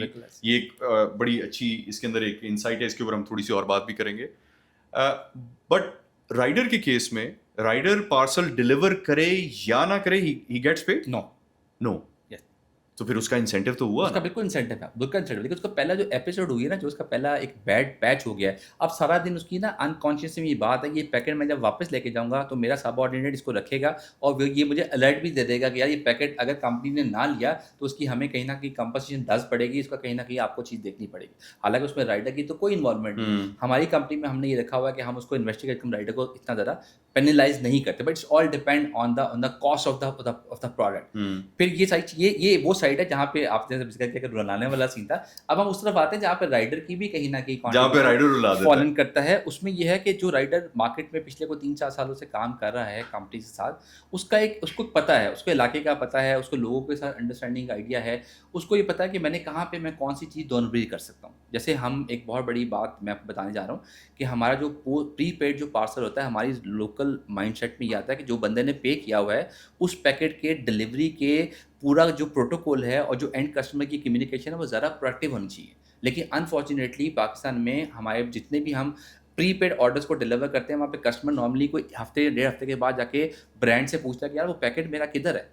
अब ब्रांड जब एक हफ्ते के बाद हमें ये हिट करता है कि जनाब ये पैकेट जो है प्रीपेड में था और आपने ये डिलीवर स्टेटस कर दिया था, तो आपने ये कहाँ पे डिलीवर किया। अब हम अपनी जगह कैसे क्लियर हो जाते हैं कि हमने अपना स्टैंडर्ड एसओपी बनाया हुआ है कि आपका पार्सल जब हम उठा के लेके जा रहे हैं उसकी जर्नी के बाद जब वो डिलीवर्ड हो जाता है तो डिलीवर के नेक्स्ट 24 to 48 आवर्स में आपने फ्लैग रेज करना है, what ever is the reason. आपका पैकेट गलत गया, आपके पैकेट खुला हुआ था, प्रोडक्ट डैमेज थी या कस्टमर को नहीं मिला। अब चूंकि उस टाइम स्पेन से आप निकल गए हैं तो वहाँ पे भी आपका एंड कस्टमर सफ़र करना शुरू कर देता है। अब ब्रांड ये कहता है कि मैंने आगे लॉजिस्टिक कंपनी से पूछा है, आपने बहुत लेट बताया, और लॉजिस्टिक कंपनी कहती है कि जी क्योंकि मेरे जो है जो स्टैंडर्ड एसओपी है उससे बाहर जाके आप मुझे कनेक्ट करवा दीजिए, मैं लाइव बने। तो वहाँ पे एंड कस्टमर जब वो रोना शुरू कर देता है, उसके लिए लोन में चलनी शुरू होती है। तो ये एक फैक्टर है राइडर का ये वाला। हमने इस पर काफ़ी कोशिश कर रहे हैं और हम जितने भी मार्केट में 3PL पार्टनर्स अवेलेबल है उनसे हम रिक्वेस्ट कर रहे हैं कि हमें अपनी इंडस्ट्री के पॉइंट ऑफ व्यू से एक सेंट्रलाइज जो है डेटाबेस बनाने की बहुत सख्त जरूरत है। 3PL का क्या मतलब है? 3PL का थर्ड पार्टी लॉजिस्टिक्स, जो कि हम जिस क्योंकि बहुत सारी इस्तेमाल होता है ये word 3PL, third party logistics, जिस कैटेगरी में हम फॉलो इन करते हैं, जिसमें हम सारी चीज़ें आपके वहाँ पे आपके ambassador as a totality as a company बन के आपके पैकेट को सेफ एंड साउंड वहाँ पे डिलीवर करते हैं। अब वो सेंट्रलाइज डेटाबेस का मेन कॉन्सेप्ट क्या होगा? वो सिर्फ ये कॉन्सेप्ट होगा कि जितने राइडर डिफरेंट कंपनी के साथ इंगेज हैं उनकी एक सेंट्रलाइज डेटाबेस बनी हो, और अगर उसमें कुछ ऐसे ब्लैक शीप्स हैं, कोई कल्प्रिट्स हैं, तो उनकी आइडेंटिफिकेशन हो। अब उसमें जो मेन हर्डल जो चैलेंज है पाकिस्तान में, जो ट्रस्ट फैक्टर खाली ब्रांड के एंड पे या कस्टमर के एंड पे नहीं है, वो हमारी इंडस्ट्री में भी कहीं हमारे क्रॉस जो कंपेटर उनमें भी है। उनका ये कंसर्न है कि हमारा अच्छा राइडर शराब कहीं तोड़ने की चीज़ें कर लेंगे। हमने यहाँ तक उनसे रिक्वेस्ट की कि हम कोई डेटा उस तरह का नहीं चाह रहे, हम सिर्फ चाह रहे हैं कि एक बंदा, उसका आईडी कार्ड और वो किस कंपनी में काम कर, this is more than enough. उसकी कैपेबिलिटी क्या है, उसकी कॉम्पिटेंसी क्या है, उसको हम नहीं करते क्योंकि मार्केट ही छोटी है ना। कोई एक राइडर अगर उसको राइडर डिलीवरी की समझ आ गई है तो वो आपकी कंपनी छोड़ेगा, उसमें उसके बाद उधर से बिल्कुल ऐसे ही उसने नेटवर्क उसी में रहना है। जब तक मेरे पास केस फाइल होता है, आप यकीन करें वो राइडर मेरे से छोड़ के एक्स से वाई कंपनी में जा चुका होता है, उसके बाद मेरे पास कोई चॉइस नहीं होती। फिर अल्टीमेटली अगर वो अब वहाँ पे मैं बाउंड होता हूँ, तो मेरे पास कोई SME स्मॉल स्केल कस्टमर है तो शायद मैं थोड़ा सा अपर एंड अपने आप को फील करता हूँ, मैं उसको शायद उतना फैसिलिटेट नहीं कर पाता। लेकिन कोई बहुत बड़ा ब्रांड अगर मेरे पास आ जाता है तो उसकी फिर मुझे कहीं ना कहीं उस चीज़ को कर्टसी में कहीं मैनेज भी करना पड़ता है, और वो ऐसा लॉस है जिसमें ना तो ब्रांड एसच कहीं पे रिस्पॉन्सिबल है और ना ही कहीं यहाँ तक लॉजिस्टिक कंपनी इटसेल्फ रिस्पॉन्सिबल है, लेकिन वो एक इंडिविजुअल की वजह से पूरी जो है ना आपकी लाइन जर्नी जो है वो खराब होती है। और डिजिटल ने वैसी कम्युनिकेशन इतनी फास्ट कर ली है कि आप सोशल मीडिया पे जाके एक स्टेटमेंट लिखते हैं तो बहुत से लोग ऐसे उठ के उस पर रिस्पॉन्ड करते हैं जिनका आपके ब्रांड से या उस लॉजिस्टिक कंपनी से कभी ताल्लुक भी नहीं होता। नहीं, क्योंकि ये मैंने खुद नोट किया है कि क्योंकि कंपनीज के साथ तो मतलब हमारा क्योंकि एक सर्टेन लेवल के ऊपर फाइनेंस वाले या ऑपरेशंस वाले कंपनीज के साथ अच्छे लेवल के ऊपर कॉन्वर्सेशन कर रहे होते हैं, but sometimes I also realized कि जी कंपनी भी कहती है कि यार ये एक इंडिविजुअल है, इसने बदतमीजी कर दी या इसने प्रोडक्ट डैमेज कर दी या ये कर दिया वो कर दिया। अब वो किस मूड से घर से निकला था, लड़ लुड़ के निकला था या क्या था, गर्मी उसको लग रही थी या क्या हुआ। बट पाकिस्तानी मतलब राइडर्स जो हैं वो कई दफ़ा सर पे कफन बांध के भी तो निकलते हैं ना कि यार आज अगर निकाल दिया तो निकाल दिया, देखी जाएगी, अल्लाह मालिक है। ऐसे ही बिल्कुल आप जो भी कोई बदयांती भी करें या वो, लेकिन वो जी बाकी खैर है, कोई नहीं, छाड़ दी थे छाड़ दी, अल्लाह मालिक है। सो ये राइडर्स के केस में, because you deal with them every day, Riders क्या क्या दो नंबरी कर सकते हैं या आपके नज़र में कोई 2-3 टॉप रीजंस या कोई बड़ी ऐसी चीज जो आप भी परेशान हो गए हो कि यार ये हुआ क्या है, ताकि कस्टमर्स जो हैं वो अवेयर रहें। ऐसा कोई फ्रॉड जो इंडिविजुअल लेवल पे, not on a company level but individual rider के लेवल पे किन किन चीज़ों का ख्याल रखना चाहिए जब आप राइडर के साथ डील कर रहे हैं? अच्छा, ये आपने ऐसा सवाल पूछा कि इसका जवाब देने के बाद मुझे लगता है कि इंडस्ट्री में लोग कॉन्शियस हो जाएंगे और हमारी जो है ना पूरा बिजनेस मॉडल शायद कहीं कहीं थोड़ा डिफिकल्ट हो जाए, लेकिन it's a very genuine kind of मैं क्वेश्चन। कस्टमर के पॉइंट ऑफ व्यू से मैं You got जानना it, चाह you रहा got हूँ it. कि यार थोड़ा सा अंदाजा देखिए, जरूर हो लोगों राइडर को। जो हैं, जो राइडर को 4-5 सालों से या 8 सालों से इस इंडस्ट्री में काम कर रहा है, उसको इसके पूरे वे अबाउट का पता है। जैसे मैंने अर्ज़ किया, उसको पता है कि किस घर में मैं जाता हूँ, कहाँ पे मेरी उस मालिक से मुलाकात हो, उस इंडिविजुअल से मुलाकात हो, कि कहाँ पे उसका नौकर मेरे से ले लेगा, सही है। और उसकी अंडरस्टैंडिंग लैक्स लैक्स सब चीज़ें उसकी चल रही होती है। अच्छा। तो 2-3 फैक्टर्स बड़े इंपॉर्टेंट हैं जब भी आप पैकेट की जर्नी को रन करते हैं विद द राइडर्स। पहली बात तो ये है कि जो आपकी जो पैकेजिंग प्रोटोकॉल है starting from the brand side, वो बड़े एफिशिएंट और बड़े प्रोडक्टिव होने चाहिए। आप सिर्फ थोड़ी-सी, क्योंकि इसने जर्नी रन करनी है ना। देखिए, आपका पैकेट फॉर एग्जांपल, आप जैसे एक फूड कैटेगरी से रिलेवेंट कैटेगरी में काम करते हैं, अब वो लाहौर से कराची जा रहा है, तो उसका एक स्टैंडर्ड प्रोटोकॉल है। वो लिक्विड है, अगर उस लिक्विड ने यहाँ से आप उठाएँगे एक छोटे से शॉपर में डाल के हल्की सी बोतल में मुझे मेरे हवाले कर देंगे, तो मैं जब उसको मूव कर रहा हूँ तो मेरे पास कोई सेग्रीगेशन नहीं है। मैं अपनी जो गाड़ी को लेके जा रहा हूँ, उसपे मेरे पास हैवी अप्लायंसेस का सामान भी है, सही है। हैवी प्रोडक्ट भी है, उसमें एक छोटा सा पैकेट भी आपका कहीं साइड पे पड़ा वो हुआ जो फ्रेजाइल का स्टिकर होता है उसका कोई फायदा होता है कि नहीं होता? है। कुछ 70-80% को कंसिडर जरूर करते हैं, लेकिन जब गाड़ी में मैंने फ्रेजाइल को मैं सेपरेटली ही अलाइन करता हूँ और बाकी को अलग करता हूँ। लेकिन जब लाहौर से कराची की मूवमेंट और आप दरमियान में जब मोटरवे खत्म होता है और आप जीटी रोड के झटकों में आते हैं, तो वहाँ पॉसिबिलिटी, रेयर पॉसिबिलिटी है कि कहीं पे भी कोई ऐसा जर्क लगे, कोई ऐसी पॉसिबिलिटी हो कि उसको हिट करे, उसको वो डैमेज कर दे। सो कस्टमर्स के लिए, जो कंपनी है उसके लिए जरूरी है कि वो पैकेजिंग अच्छी करे। Protocol are very important. फिर आती है एंड कस्टमर की बात। एंड कस्टमर की रिक्वायरमेंट ये है कि अब हमारे पास बहुत सारे ऐसे केसेस आते हैं कि कस्टमर कहता है जी मेरे पास एक पैकेट बंदा लेके आया, उसके ऊपर हाथ से चीज़ें लिखी हुई थी और लिखने के बाद मुझे वो पैकेट दे गया और मेरे से पैसे ले गया, और उससे ही कुछ देर के बाद एक और राइडर आया, उसने कहा जी ये ओरिजिनल पैकेट है। ये बड़ा बड़ा कॉमन है। इसमें हमारा राइडर भी कहीं ना कहीं कल्प्रेट होता है, वो कहीं ना कहीं नेट होता है। लेकिन ऑन द अदर साइड ये कोई बेसिक सी चीज़ है। अब आजकल आप भी इसको बड़ा एक्सपीरियंस करते हो, मैंने भी बहुत एक्सपीरियंस किया कि आप घर में कोई पैकेट मंगवाएं तो पिछले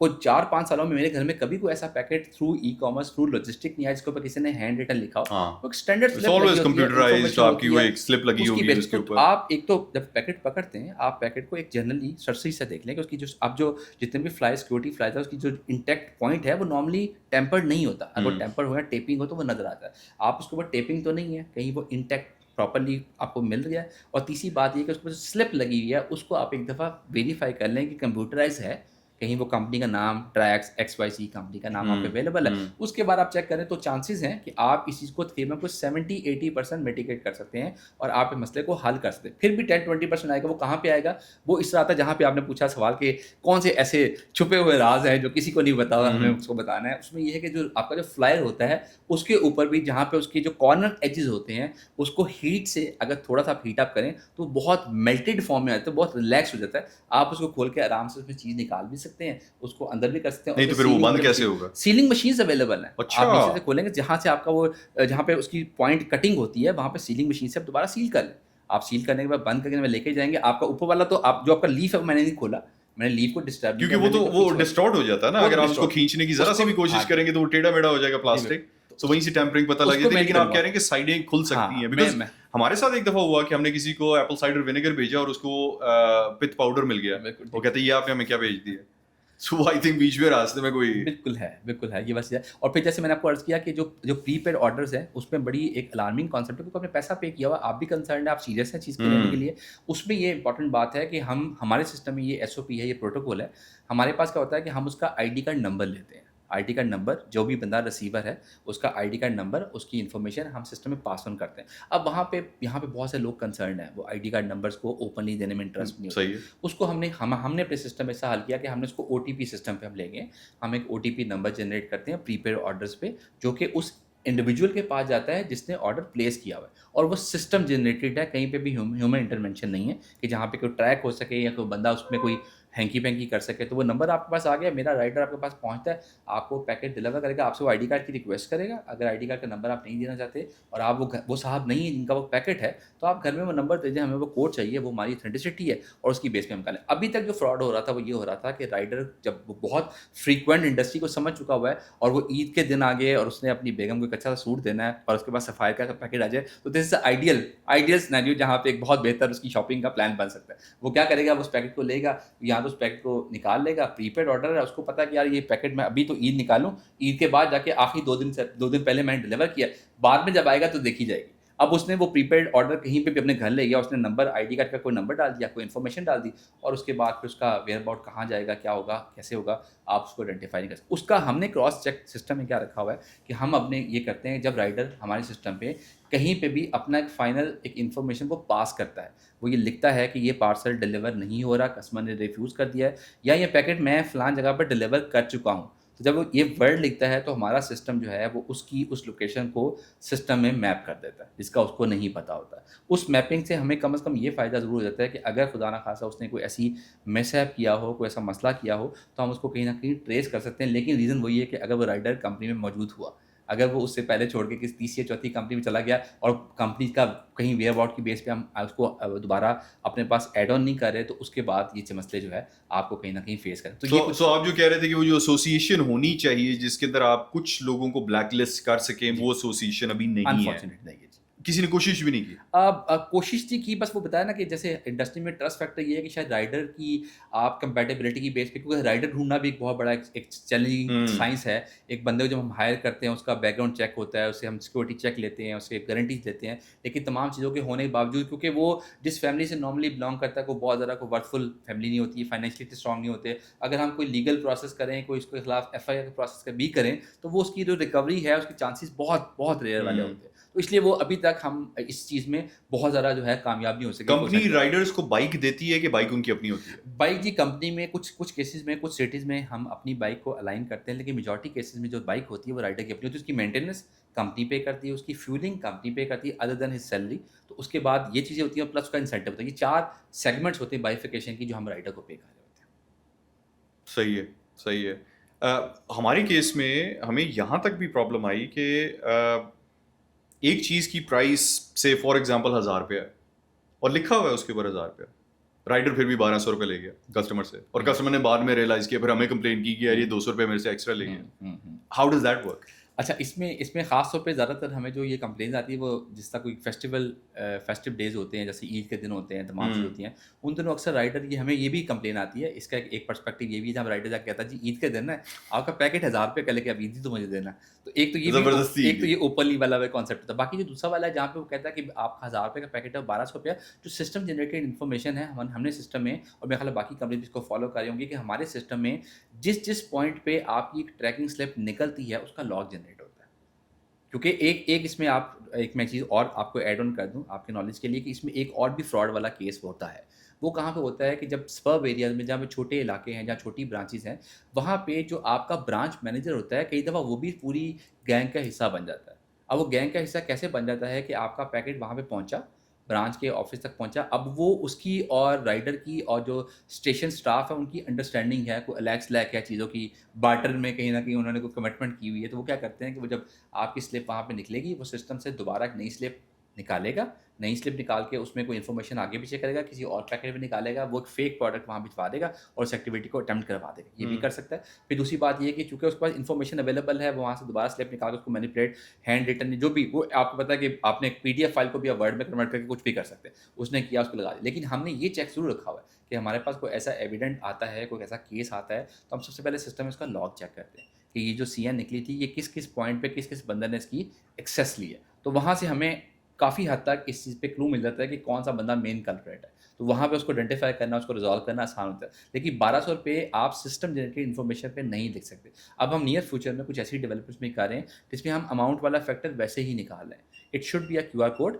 कस्टमर, अब हर बंदा जो है वो एक अच्छी फ़ोन इस्तेमाल कर रहा होता है, आपके पास एक स्मार्टफ़ोन होता है, आप उसको स्कैन कर देंगे, आपको अमाउंट अवेलेबल हो जाएगी। और हम इसका सेकंड वर्जन ये भी बना रहे हैं कि आप कस्टमर को इस चीज़ पे इनकरेज किया जाए, जैसे आज का टैक्सेशन का मामला था, जिसमें वो इस चीज़ को बहुत ज़्यादा गवर्नमेंट भी एम्फसाइज़ कर रही है कि आप पेमेंट्स जो है वो डिजिटल कर लें। उसमें हम ये करेंगे, QR कोड को स्कैन करें, आपके पास वो आगे आपकी कोई भी ऐप बैंक की कनेक्ट होगी, आप डायरेक्टली पे करेंगे, आपको कहीं पे भी चीज़ करनी नहीं पड़ेगी। आप वेरीफ़ाई करना चाहिए, आपको स्कैन करें, आपको 5,000 रुपये अमाउंट नज़र आ जाएगी, ताकि अमाउंट को जो मैनिपुलेट करना है, वो एंड जो हमारा राइडर है, उस तक कोई इन्फॉर्मेशन ना पहुँच सके। वो उसको चेक करेगा, जो ही वो स्कैन करेगा, उसको पेमेंट को प्रोसेस करवाएगा, कैश में देगा, तो उसी वक्त उसकी जो डिवाइस होगी जिस पे हमने उसको ऐप बना के दी हुई मोबाइल ऐप, उसके अंदर भी उसकी अमाउंट रिफ्लेक्ट हो। उससे पहले उसको रिफ्लेक्शन नहीं मिलेगी किसी भी लेवल पे कि इसकी अमाउंट कितनी है और उसने कितनी अमाउंट कलेक्ट करी। तो इंडस्ट्री रेवोल्यूशन तो साथ साथ चल रही है, लेकिन एंटी साइड भी कहीं ना कहीं चीज़ें जो है वो अपनी एक्टिविटीज़ को बड़ा वो कंटिन्यू जो है ना इंक्रीज करते जा रहे हैं। नहीं, बिल्कुल बिल्कुल ठीक है। ऊपर से यहाँ पे पाकिस्तान के अंदर वैसे भी कल्चर नहीं है डिजिटल पेमेंट्स का। सही है। लोग बहुत प्रेफर करते हैं कि यार कैश ऑन डिलीवरी कर लें। मैं पर मज़े की बात बताऊँगा कि हमारे पास बहुत रिनाउंड ब्रांड्स के रिनाउंड वेबसाइट पे लोगों ने ऑर्डर किया होता है और उसके बाद बावजूद हमारे कस्टमर सर्विस की टीम को कॉल आती है कि ये एक्स ब्रांड का ही पार्सल है।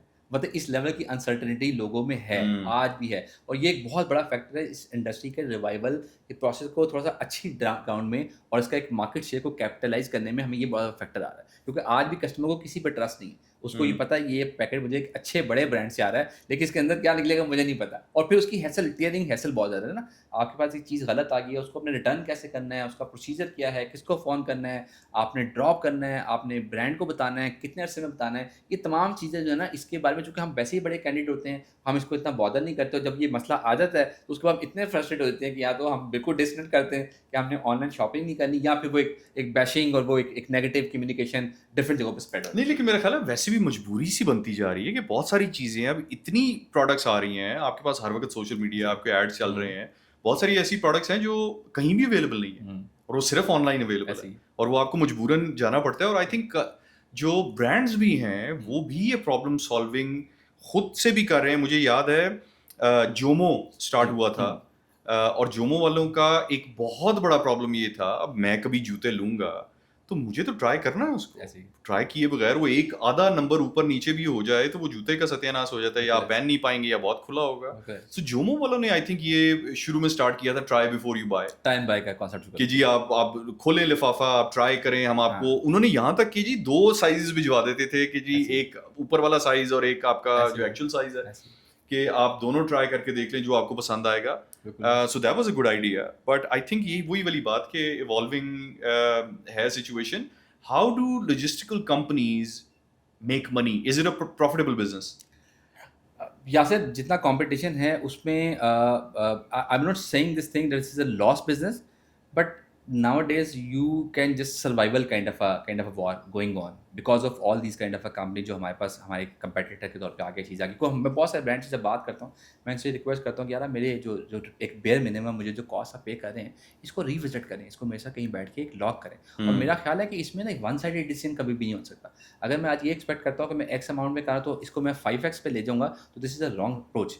उसके साथ साथ पैरेलल अगर आज ब्रांड ये कहता है कि मैं एक्स पे कर रहा हूँ, कल मैंने इसको एक्स डिवाइडेड बाय 7 करना है, तो वो भी एक रॉन्ग अप्रोच है। हमें कहीं न कहीं एक सेंट्रलाइज़ सिस्टम बाय ऑल मीन्स आज नहीं, कल नहीं, परसों नहीं, हमें डेवलप करना पड़ेगा, जहाँ पे लॉजिस्टिक्स की और ब्रांड्स की हमें कहीं न कहीं रेटिंग का सिस्टम बनाना चाहिए। मैं आज ओपनली ये चैलेंज करता हूँ कि आप हमारी इंडस्ट्री की गवर्नमेंट उस पे थोड़ा-सा इनिशिएट करें और हम उस पे सपोर्ट करें। हमारा एक ग्लोबल, एक स्टैंडर्डाइज़, एक एसओपी सिस्टम अवेलेबल हो, जहाँ पे आपने आज काम शुरू करना है, आप वहाँ पे जाएँ, वहाँ पे जाके आप लिखें कि आपको सर्विसेज़ पे किस लेवल की एसएलए चाहिए, आपको पेमेंट पे किस लेवल की एसएलए चाहिए और आपको रिटर्न पे किस लेवल का एसएलए चाहिए। वो आप बेसिक फ़िल्टर फ़िल अप करें, नीचे वो मेरी आपको डिटेल बता दें कि जनाब ये इस लेवल पे फ़ॉल कर रहा है, ये इस लेवल पे कर रहा है, ये इस लेवल पे कर रहा है। कुछ थर्ड पार्टी प्रोडक्ट्स ऐसी मार्केट में अवेलेबल हैं, जो इस लेवल की बाइफिकेशन कर रहे हैं, लेकिन वो लिमिटेड है, क्योंकि वो सिर्फ़ उन कस्टमर के साथ कर रहे हैं जो उनके साथ एसोसिएटेड है। अदरवाइज़ पूरी जो मार्केट है उसको आप असेस नहीं कर पा रहे। तो ये करना बहुत ज़रूरी है। अब जो आपने बताया कि प्रॉफिटेबल वाला, बिल्कुल प्रॉफिटेबल है। E-commerce is a very reasonable kind of a business, लेकिन खाली ई-कॉमर्स की एंटिटी पे आप एक एम्पायर खड़ा कर लेंगे या बिज़नेस को बहुत ज़्यादा अपस्केल कर लेंगे, वो एक चैलेंजिंग पॉइंट है। नहीं तो फ्यूल फैक्टर्स और प्लेयर्स अब आ रहे हैं, बिकॉज़ शुरू में तो ये हुआ था 2020 के बाद बहुत सारे लोग आए एंड देन यू नो। अब जो प्लेयर आ रहे हैं, जैसे मैंने आपको शुरू में बताया कि इस वक्त मार्केट में अगर हम इसको सेग्रीगेट करें तो top of the line Trax and PostEx are doing in this way. बाकी जो कंपनीज आ रही है वो बहुत लिमिटेड कैनवस में ई कॉमर्स को कहीं ना कहीं फैसिलिटेट करें for a city level. Maximum 1 या 2 सिटीज़ में काम कर लेंगे। इवन प्रोविंस टू प्रोविंस पे भी आपको एक बहुत बड़ी कॉस्ट हिट करती है। आपको मैनेज करना बड़ा मुश्किल हो जाता है। फिर वो कॉस्ट वॉर इतनी ज़्यादा स्टार्ट हो गई है कि ब्रांड बड़ा ओपनली कहता है जी मेरे फलां जगह से हो रहा है। लेकिन पिछली जो एपिसोड हुई इसमें 2-3 कंपनीज में स्विफ्ट, टीपीएल, मूवएक्स जो मार्केट से बिल्कुल फ्लश आउट हो गई हैं। अब ये है कि ब्रांड का थोड़ी सी अवेयरनेस मामले में आई नहीं, है। कैसे फ्लश आउट हुई? What happened? जी इसकी बहुत बड़ी वजूहत, खैर वो इंटरनल भी उनके काफ़ी सारे मामले sure. होंगे, लेकिन जो एक्सटर्नल जो चीज़ें हुई, क्योंकि इनमें कुछ कंपनीज के साथ ट्रैक्स इटसेल्फ जो है बहुत ज़्यादा स्ट्रांगली अलाइंड में था कहीं पे हम उनको मर्जर में, कहीं पे हम उनको टेक ओवर करने में, कहीं पे हम इंटरेस्टेड थे चीज़ों को करने। तो हमने बड़ा क्लोजली के फाइनेंशियल्स को स्टडी किया ऑन नंबर्स, मतलब मैं बड़ा कॉन्फिडेंटली कह सकता हूँ, I know number of out of like the 80% of these three companies, I know their numbers. What is it they're doing? What is their with the value? How they are doing this whole kind of a stuff. उसमें ये है कि जिस cost factor पे वो लोग काम कर रहे थे, लॉस बिजनेस, और लॉस बिजनेस में खाली उनका बिजनेस की प्राइस लॉस नहीं थी, उनका जो इंफ्रास्ट्रक्चर था वो लॉस पे था। एक इन तीनों में से एक बड़ी कंपनी जो एक बहुत बड़ा शेयर एक ज़माने तक लेती रही है, मैं उसको नाम डिक्लेयर यहाँ पे नहीं करता, उनका सिर्फ मसला ये था कि उनका जो ऑपरेशनल कॉस्ट थी वो बहुत ज़्यादा थी, उनकी सेलिंग कॉस्ट इतनी ज़्यादा नहीं थी। अब ऑपरेशनल कॉस्ट में, क्योंकि वहाँ पे जो लोग काम कर रहे थे उनका कोई बैकग्राउंड लॉजिस्टिक का नहीं था। अब लॉजिस्टिक में आपको एक पैकेट की जब जर्नी डेवलप करनी होती है, कॉस्ट की आपने कैलकुलेशन करनी होती है, तो हम मोटे मोटे मैं आपको बता दूँ 4 फैक्टर्स पे हम लोग काम कर रहे होते हैं। एक तो जैसे बताया कि first mile, middle mile, last mile की बेसिक कॉस्ट फैक्टर क्या, एक शिपमेंट में कितना पड़ेगा, फिर हमारी जो सपोर्टिंग स्टाफ वहाँ पर कनेक्टेड है वो कितने लोग हैं, पहला वो ड्राइवर जो लाने वाला है, दूसरा वहाँ का सॉर्टिंग स्टाफ, तीसरा जो है वो स्टेशन का स्टाफ जिसने रिसीव करना है उसको दोबारा सॉर्ट करना है, और चौथा जो है वो राइडर है। तो इन 4 लोगों को हमें कहीं ना कहीं एक पोर्शन जो है एज अ इंसेंटिव कहीं पे ऐड ऑन करना पड़ता है। तो वो जब इंसेंटिव आप ऐड ऑन करते हैं तो वो आपको कहीं ना कहीं स्क्वीज एनवायरनमेंट में करना है। जो बंदा आप एक जगह पे, एक राइडर की जो कैपेबिलिटी है ऑन स्टैंडर्ड देखिए 40 to 50 पार्सल एक्सटेंडेबल वो एक दिन में एक्टिविटी को परफॉर्म कर सकता है। अब उसी बंदे को आप 20 पार्सल देके भेजेंगे तो आपकी कॉस्ट साइड डिस्टर्ब हो जाएगी, और आप चूंकि वो कहीं ना कहीं आपकी फंडिंग या तो कहीं आपको बहुत ज़्यादा इंजॉय करने पे वो इंस्टेट कर दी, या फिर ये कि आपकी कैलकुलेशन इतनी स्ट्रांग नहीं है। तो जब हमने उन कंपनी से अलाइनमेंट का प्लान किया तो हमने यही कहा कि आपके हम जो है ऑपरेशन खत्म करेंगे, आपकी कंपनी 1 साल अपने नाम से चलेगी, 1 साल के बाद ट्रैक्स उसको एक्वायर कर लेगा, उसको टेक ओवर कर लेगा। तो ये वाले फैक्टर्स बहुत इंपॉर्टेंट है। उस बेस पे वो कैलकुलेशन ही नहीं है आपकी मोटी मोटी कैलकुलेशन। क्या कहते हैं, आप कहते हैं मैंने पैकेट 100 रुपये का फॉर एग्जाम्पल आपने उठाया, उसमें से मेरी 80 रुपये खर्चा, मेरे 20 रुपये मेरे बच गए। अब वो 20 रुपये एक्चुअली बचे नहीं है, तो 20 रुपये में आपकी लाइन हॉल की कॉस्ट है, आपकी थर्ड पार्टी जो वेंडर आप अलाइन करें उसकी कॉस्ट है, आपकी ऑपरेशनल कॉस्ट है, फिर प्लस ये है कि जो आपके ऊपर जो ओवरहेड आते हैं उनकी भी कॉस्ट का कहीं ना कहीं फैक्टर लगाना है। हम वो मोटी मोटी कैलकुलेशन में उसको प्रॉफिटेबल कर देते हैं। तो अभी जो इस पर जो इंडस्ट्री के जो नॉर्म चल रहे हैं, ई कॉमर्स बिजनेस को प्रॉफिटेबल करने के लिए आपको बेयर मिनिमम कॉस्ट पे आने की जरूरत है। इसमें हम कुछ जगहों पे आ रहे हैं, कुछ पे नहीं आ रहे, लेकिन हम लॉस पे नहीं जा रहे। आज भी कोई कंपनी लॉस नहीं कर रही, बड़ा लुक्रेटिव बिजनेस है। लेकिन इसके साथ जो इंपॉर्टेंट फैक्टर है वो ये कि आपकी जो फाइनेंशियल बैकअप है ना वो बड़ा इंपॉर्टेंट है, क्योंकि आपको 1 महीने के क्रेडिट पे इसको मूव करना है। 1 महीने का जो आपने रन थ्रू करना है, क्या उतना क्रेडिट आपके पास अवेलेबल है, तो आप इसको कहीं टेस्ट रन कर सकते हैं। ये डेली वेजेस वाला काम नहीं है कि आप इतना कमा लेंगे उसमें से अपना निकाल के रखें और बाकी आप उसको रन थ्रू कर देंगे। क्रेडिट किस तरह से है, बिकॉज जब पार्सल डिलीवर हुआ उसके तो पैसे आपको उसी बिल्कुल आगे देखिए, मैंने जो पैकेट आपसे उठाया, मैंने जब डिलीवर किया, उसकी मैंने जो कॉस्ट की, उस कॉस्ट पे मुझे मोटे मोटे खर्चे फौरी तौर पर निकालने हैं। मुझे फ्यूलिंग का खर्चा फौरी तौर पे उसको जंप इन करवा के क्लियर करवाना है। मुझे जो है जो मेरी गाड़ी, अगर मैं थर्ड पार्टी किसी पे डिपेंडेंट हूँ, उनकी मैं फ्लीट्स को इस्तेमाल कर रहा हूँ, उसको मुझे क्लब कर रहा हूँ, तो ये कॉस्टिंग मुझे रेगुलर बेसिस पे निकालनी है। यानी कि उस 100 रुपये या 150 रुपये में से अगर मेरी कॉस्ट को 40-30 रुपये है तो वो रोज़ का रोज़ निकल रहा है, और बाकी मेरे ऑपरेशनल कॉस्ट है, जो इंफ्रास्ट्रक्चर मैं यूज़ कर रहा हूँ, जो बाकी चीज़ें कर रहा हूँ, वो भी कहीं ना कहीं हिट होती है। इसलिए मुझे जो पैकेट को वहाँ पे पहुँचाना है, उस पहुँचाने के सिलसिले में मुझे तमाम चीज़ों को कहीं कहीं कैलकुलेट करना है। तो मैं वो पैसा सारा अपने हाथ में नहीं रखा। मेरे पास पैकेट क्या आ रहा है, मैं एक पैकेट उठाता हूँ जिसके बदले में आपसे 100-125 रुपये लेता हूँ। अब 125 के अंदर मेजॉरिटी मार्जिन होता है वो डेली बेसिस पे मुझे फ्यूलिंग पे करना होता है। मैं अपने राइडर को वीकली बेसिस पे फ्यूल को इंजेक्ट करवा रहा होता हूँ, क्योंकि पहले मैंने ये प्रैक्टिस रखी कि मैं महीने के एंड पे उसको सैलरी में देता था, उसका इंटरेस्ट नहीं रहता था। आपने देखा होगा, अगर आपने सिस्टम को थोड़ा वैल्यूएट किया हो, कि आपकी रिटर्न रेशियो सबसे ज़्यादा जो होती है वो महीने के आखिरी 10 दिनों में होती है। उसकी रीज़न क्या होती है? उसकी सिर्फ रीज़न ये होती है कि उन दिनों चूँकि राइडर को हम जब सैलरी में क्लब करके पैसे देते थे, पैसे उसके बाद ख़त्म हो चुके होते थे, आखिरी दिन में उसके पास फ्यूल नहीं है, उसके पास पेट्रोल नहीं है, फिर वो अपना दिमाग चलाता था कि यार मैंने बचना कैसे, मैं ये हफ्ता बाद निकालूँ, अगले महीने जब सैलरी आएगी तो फिर देखा जाएगा मैं इस कंपनी में हूँ नहीं हूँ, रखा नहीं रखा, वो बात का मसला। तो उसको फिक्स करने के लिए अब हमने वीकली इसको डिवाइड कर दिया, और कुछ केसेस में, कुछ मेजर सिटीज़ में हम उसको डेली बेसिस पे भी शिफ्ट कर गए। तो आप जो खर्चा, जो पैसा उठा रहे हैं, वो पैसा तो उठा रहे हैं। एक जनरल ब्रांड की डेफिनेशन क्या है, आपको पैसा तो आ रहा है, तो आप ये कैसे कह सकते हैं कि आप लॉस में जा रहे हैं? हमें उसको साथ साथ रन थ्रू करना है। अब जो रन थ्रू करना है, या तो मैं उस पैसे को यूटिलाइज करूंगा, और अगर मैं यूटिलाइज कर रहा हूँ तो दरमियान में कोई अनफोर्सीन रीज़न आ गई, कोई मसला आ गया, कोई मुझे क्लेम आ गया, मुझे कोई कस्टमर को क्विकली पे करने का मसला आ गया, तो वो मैंने कहाँ से करना। तो एक, अगर आपने महीने में कंपनी को एक खर्चा जो करना है, तो उतना मिनिमम, बेयर मिनिमम उतना आपके पास बैकअप होना चाहिए। सही है। आपको पता होना चाहिए कि कितनी कैलकुलेशन होगी तो आप चीज़ों को कहीं ना कहीं रन थ्रू हो सके। तो इसमें आपकी फ्रस्ट्रेशन बहुत ज़्यादा है, आपके चूँकि बहुत सारे माइंड्स इसमें इन्वॉल्व हैं और बहुत सारी एक फ़ौज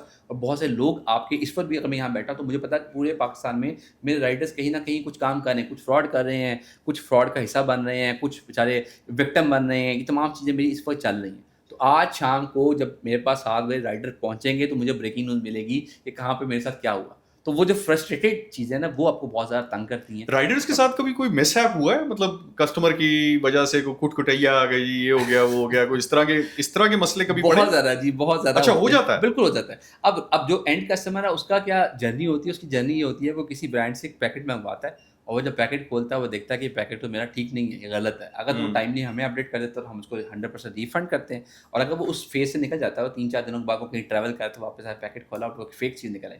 तो अब वो पहले तो इन तमाम कबाहतों से गुज़रता है, गुज़रने के बाद उसको लगता है कि अब ये मैं मसला हल होगा। फिर वो फ़ील्डिंग सेट करता है। अब फ़ील्डिंग सेट करना बड़ा मज़ाक सा मैं वर्ड मैं यूज़ कर रहा हूँ। फ़ील्डिंग सेट करने का मतलब ये होता है कि वो फिर ये करता है कि उस ब्रांड पे दोबारा एक ऑर्डर प्लेस करता है। वो ऑर्डर प्लेस करने के बाद उसकी सिर्फ़ और सिर्फ़ ये साइकिल होती है कि अब जब ये ऑर्डर आएगा, मैं इससे वो ऑर्डर लूँगा और मैं पैसे नहीं दूँगा। अब जब वो ऑर्डर उससे वो ले लेता है और लेने के बाद वो पैसे नहीं देगा तो जो उसका फ्रंट फेस है वो उसका राइडर है। अब वो राइडर को पकड़ लेगा, वो कहेगा भाई पैकेट मुझे दे दो और वो 4-5 बंदे भी इकट्ठे हो जाएँगे, ओह उसको शिट! मारेंगे भी, उसको घर में बिठा लेंगे और ये मैं बताऊँ ये कल्चर लोगों ने किया है। मैं ये नहीं कह रहा कि कोबॉस पब एरिया में ऐसे वाक़यात हुए हैं। लाहौर जैसे एरिया में डीएचए में जो वहाँ पे जो जनरली रहती है, वहाँ पे एक बहुत रिनाउंड एक पोज़ीशन के साहब वहाँ पे रहते थे। उन्होंने उस बंदे को बिठाया, उन्होंने फिर हमें फ़ोन करवाया, क्या मैं इसको नहीं छोड़ूँगा, आप मुझे वहाँ से रिकवरी करवा के दें। तो हमने उनसे रिक्वेस्ट की सर हम इस पैकेट के तो रिस्पॉन्सिबल हैं, लेकिन ब्रांड जो हमारे साथ काम कर हम उसको ब्लैकलिस्ट भी कर सकते हैं। इससे ज़्यादा तो कोई लीगल हमारे पास स्टांस ही नहीं है कि हम उसको रिकवर करवा के दें। तो उनको अच्छी खासी उसकी उसकी तवाज़ा भी की। वो 2 दिन वहाँ पे लड़के को उन्होंने वहाँ पे रखा। 2 दिन? 2 दिन रखा जी। सेकंड डे जाके क्योंकि उनका एक और तरह का उनका मैंने बताया डीएचए एरिया आप थोड़ा-सा अंडरस्टैंड कर मैं सकते हैं। समझ रहा हूँ। तो वो हम कुछ नहीं कर सके। हमें 2 दिन वहाँ पे बेचारे लड़के का वहाँ पे रहा। अब आप थोड़ा सोचिए कि वो लड़का जब वहाँ से निकलेगा, अगर वो एक ऑनेस्ट बंदा भी था और वो वहाँ से इतना डिसरिस्पेक्ट एनवायरनमेंट से निकलेगा, तो उसकी जो मेंटल पोजीशन होगी उसको हम अंडरस्टैंड नहीं कर पा रहे। ना तो मैं एज़ अ कोरियर कंपनी उसको अंडरस्टैंड कर पा रहा हूँ, ना मैं वहाँ पे उसको वेटेज दे पा रहा हूँ, ना एंड कस्टमर कर पा रहा हूँ, ना ब्रांड कर पा रहा है। अब उसकी एक लाइफ़ है, उसकी लाइफ़ की देखिए self respect is very important. जब मैं उसकी सेल्फ रिस्पेक्ट को हिट करता हूँ ना, तो शायद मुझे बहुत ज़्यादा मेस अप नहीं कर सकता, लेकिन जिस लेवल तक वो कर सकता है ना, वो ज़रूर करेगा। तो ये चीज़ मैं आपकी इस पॉडकास्ट में बहुत ज़्यादा एम्फसाइज़ करूँगा कि वो एक इंसान ज़रूर है। वो फ्रॉड भी करता है, वो 2 नंबर भी चीज़ें करता है, वो झूठ भी बोलता है, लेकिन जो वो काम कर रहा है ना सुबह से दोपहर तक, कई दफ़ा हम अपनी कंपनी में एक प्रैक्टिस करते हैं, एक्सरसाइज करते हैं कि हम राइडर के साथ एक दिन गुज़ारते हैं। वो राइडर हम कभी बाइक पे नहीं गुज़ारते हैं, हम फिर भी एक गाड़ी में सिर्फ पिकअप की एक्टिविटी को रन करते हैं। तब मैं जाके देखता हूँ कि पिकअप इटसेल्फ एक बहुत मुश्किल काम है। आप गए हैं, वहाँ पे खड़े हैं, वो एक बंदा कहता है तुम पैकेट गिन के लेके जाओ, एक कहता है पूरा बोरा उठा के ले जाओ, एक कहता है जी मैं ऊपर दे दूँगा, ऊपर जाके लेके आओ, कोई कहता है नीचे ले लो। नहीं, आप बिल्कुल डिफरेंस सही है। कह रहे हैं यार, ये तो मतलब जेन्युइनली ये बात बिल्कुल ठीक है। राइडर्स के मामले में इस चीज़ का ख्याल रखना चाहिए। अब हम हमारी जो बिल्डिंग है, हमारा ऑफिस 5th फ्लोर पे है और 250, 200, 250, 300 पार्सल्स होंगे। उसने वो अगर लिफ्ट काम कर रही है तो कुछ किस्मती है, अदरवाइज उसको वो पार्सल सीढ़ियों के ज़रिए 5 फ्लोर्स नीचे लेके जाने हैं, उसको लोड करना है, फिर आपके पास लेके आना है वेयर हाउस में सॉर्टिंग के लिए। एंड देन मतलब आज हर बंदा कहता है जी गर्मी गर्मी गर्मी गर्मी, बट ये इंसान ही है ना जो इस वक्त इतनी गर्मी में हेलमेट पहन के, जैकेट पहन के, अपना पीछे डब्बा लटका के and they are going out. और फिर डब्बा भी नहीं है, डब्बा भी है, एक थैला आगे, 2 थैले साइड में बंधे हुए हैं। अनफॉर्चुनेटली इतना उसके पास एक वो था लोड है, और उसपे उसने लेके जाना है, उसने सारा प्लान किया हुआ है। तो ये दोनों तरफ मिक्स एंड मैच है। हमें इस पे कहीं न कहीं थोड़ा-सा, क्योंकि मुझे लगता है ये है कि जैसे मैंने बताया कि हमने सिस्टम में जब चेक्स बनाए, तो आप सिस्टम को इतना एम्पावर और अकाउंटेबल कर दें कि हर बंदे को पता हो कि मेरे अगर मैं सही काम कर रहा हूँ तो मुझे क्या बेनिफिट मिलेगा, और मैं अगर गलत काम कर रहा हूँ तो वो कहाँ मैं मेरी प्रिकॉशनरी मेजर्स मुझे करनी पड़ेंगी चीज़ों को अलाइन करने के लिए। जैसे मैं बताऊँ कि हमारी कंपनी में जब हम लोग काम कर रहे थे, जैसे मैंने बताया भी कि हम राइडर को मंथ एंड पे सैलरी में क्लब करके फ्यूल देते थे, और सब चीज़ों को मामला को करते थे।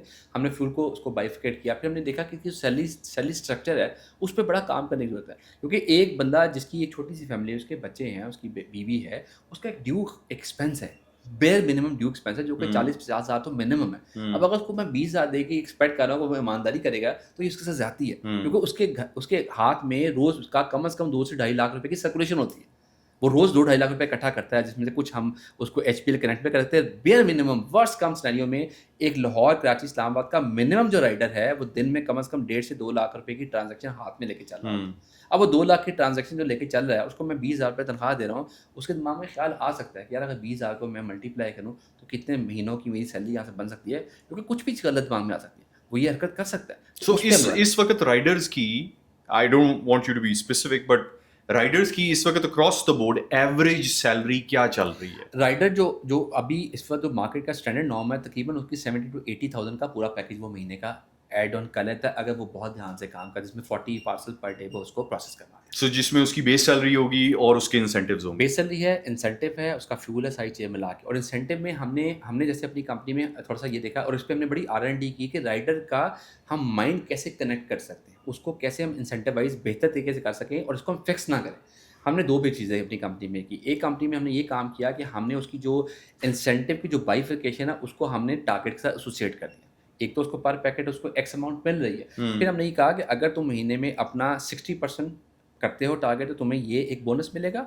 तुम 80% करते हो, ये मिलेगा। अगर तुम 100% करते हो, तुम्हें हम ये बोनस देंगे, which is not part of your regular earning. एक तो वो वाला काम हमने कर दिया। दूसरा हमने ये काम किया, जिस तरह हमने ये आइडिया बेसिकली एक्सट्रैक्ट करवाया फ्रॉम फूड पांडा, या जिस तरह उबर करीम का कॉन्सेप्ट होता है। हमने ये कहा अपने राइडर को कि तुम जहाँ पे जाते हो, जिस बिल्डिंग में जाके तुम पार्सल डिलीवर करते हो, यहाँ से पिक करते हो, तो तुम उसके सराउंडिंग में कई दफ़ा देखते हो कि बहुत से लोग आगे पीछे पैकेट लेके जा रहे हैं, कोई आ रहा है, कोई चीज़ें कर रही है, तो तुम हमारे सेल एजेंट भी बन जाओ। अच्छा, तुम वहाँ पे जाओ, गेट तुम न्यू सिर्फ क्लाइंट। हाँ, तुम वहाँ पे उस इन्फॉर्मेशन को लाके किसी भी यहाँ पे ऑफिस बेस्ड सेल पर्सन के हवाले वो इन्फॉर्मेशन कर दोगे, वो अकाउंट जो ऑन हो जाएगा, तो उसमें तुम्हें एंडसम अमाउंट हम तुम्हें उसका इंसेंटिव भी देना शुरू करेंगे।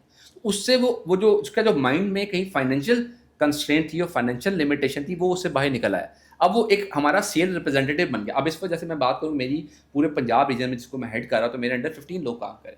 लेकिन अगर मैं पूरी टोटलिटी बताऊँ, इस पर मेरे पास केवल 650 लोग जो हैं, वो मेरे सेल एजेंट है, जिस पर रोड्स पे काम कर रहे हैं, और उसमें बहुत अच्छा हमें रिजल्ट मिलना शुरू हो गया। तो हमने उसको बाइफर्केट कर दिया कि भाई ये एक हमने सिस्टम बना दिया जहाँ पे तुम्हारी अर्निंग की कोई लिमिट नहीं है। तुम ये सब चीज़ों को ऑप्ट इन करो, तुम जितना मर्जी कमाओ, तुम कम करोगे तो कम कमाओगे, ज़्यादा करोगे तो ज़्यादा। और अगर आपका राइडर कोई कस्टमर नया लेके आता है तो उसको इंसेंटिव क्या मिलता है? जो उसकी एक परसेंटेज डिजाइन करते हैं, 2% हम उसको इंसेंटिव देते हैं, और वो लाइफ टाइम है। अच्छा, लाइफ टाइम। Life time. मैं वही पूछने लगा था कि सेल 1% है पर्सन, क्या? उसमें सेल पर्सन की कंट्रीब्यूशन नहीं है, तो उसमें 2% जो उसका लॉक है, और वो लाइफ टाइम इसको जो है कि जब तक वो कस्टमर हमारे साथ रहेगा, और उस पर एफर्ट भी वो जब तक आपके उस कंपनी हमारे के साथ अंदर रहेगा, है तब तक है। ठीक है। तो उसकी वो भी एंड और मैं आपको बड़े मजे क्लासिक एग्जांपल बताऊंगा। हमारी टीम में, मेरी अपनी टीम में एक बंदा है सेल्स का, जिसने मेरे साथ जर्नी स्टार्ट की थी, started from a rider position. Rider से वो फिर ऑपरेशनल पोजीशन पे आया, वो कंपनी के बेसिक इंफ्रास्ट्रक्चर में काम करना शुरू किया। करते करते वो आज मेरा जो है, मेरा लाहौर में एक बहुत प्राइम लोकेशन में BTM में ऐसा काम कर रहा है।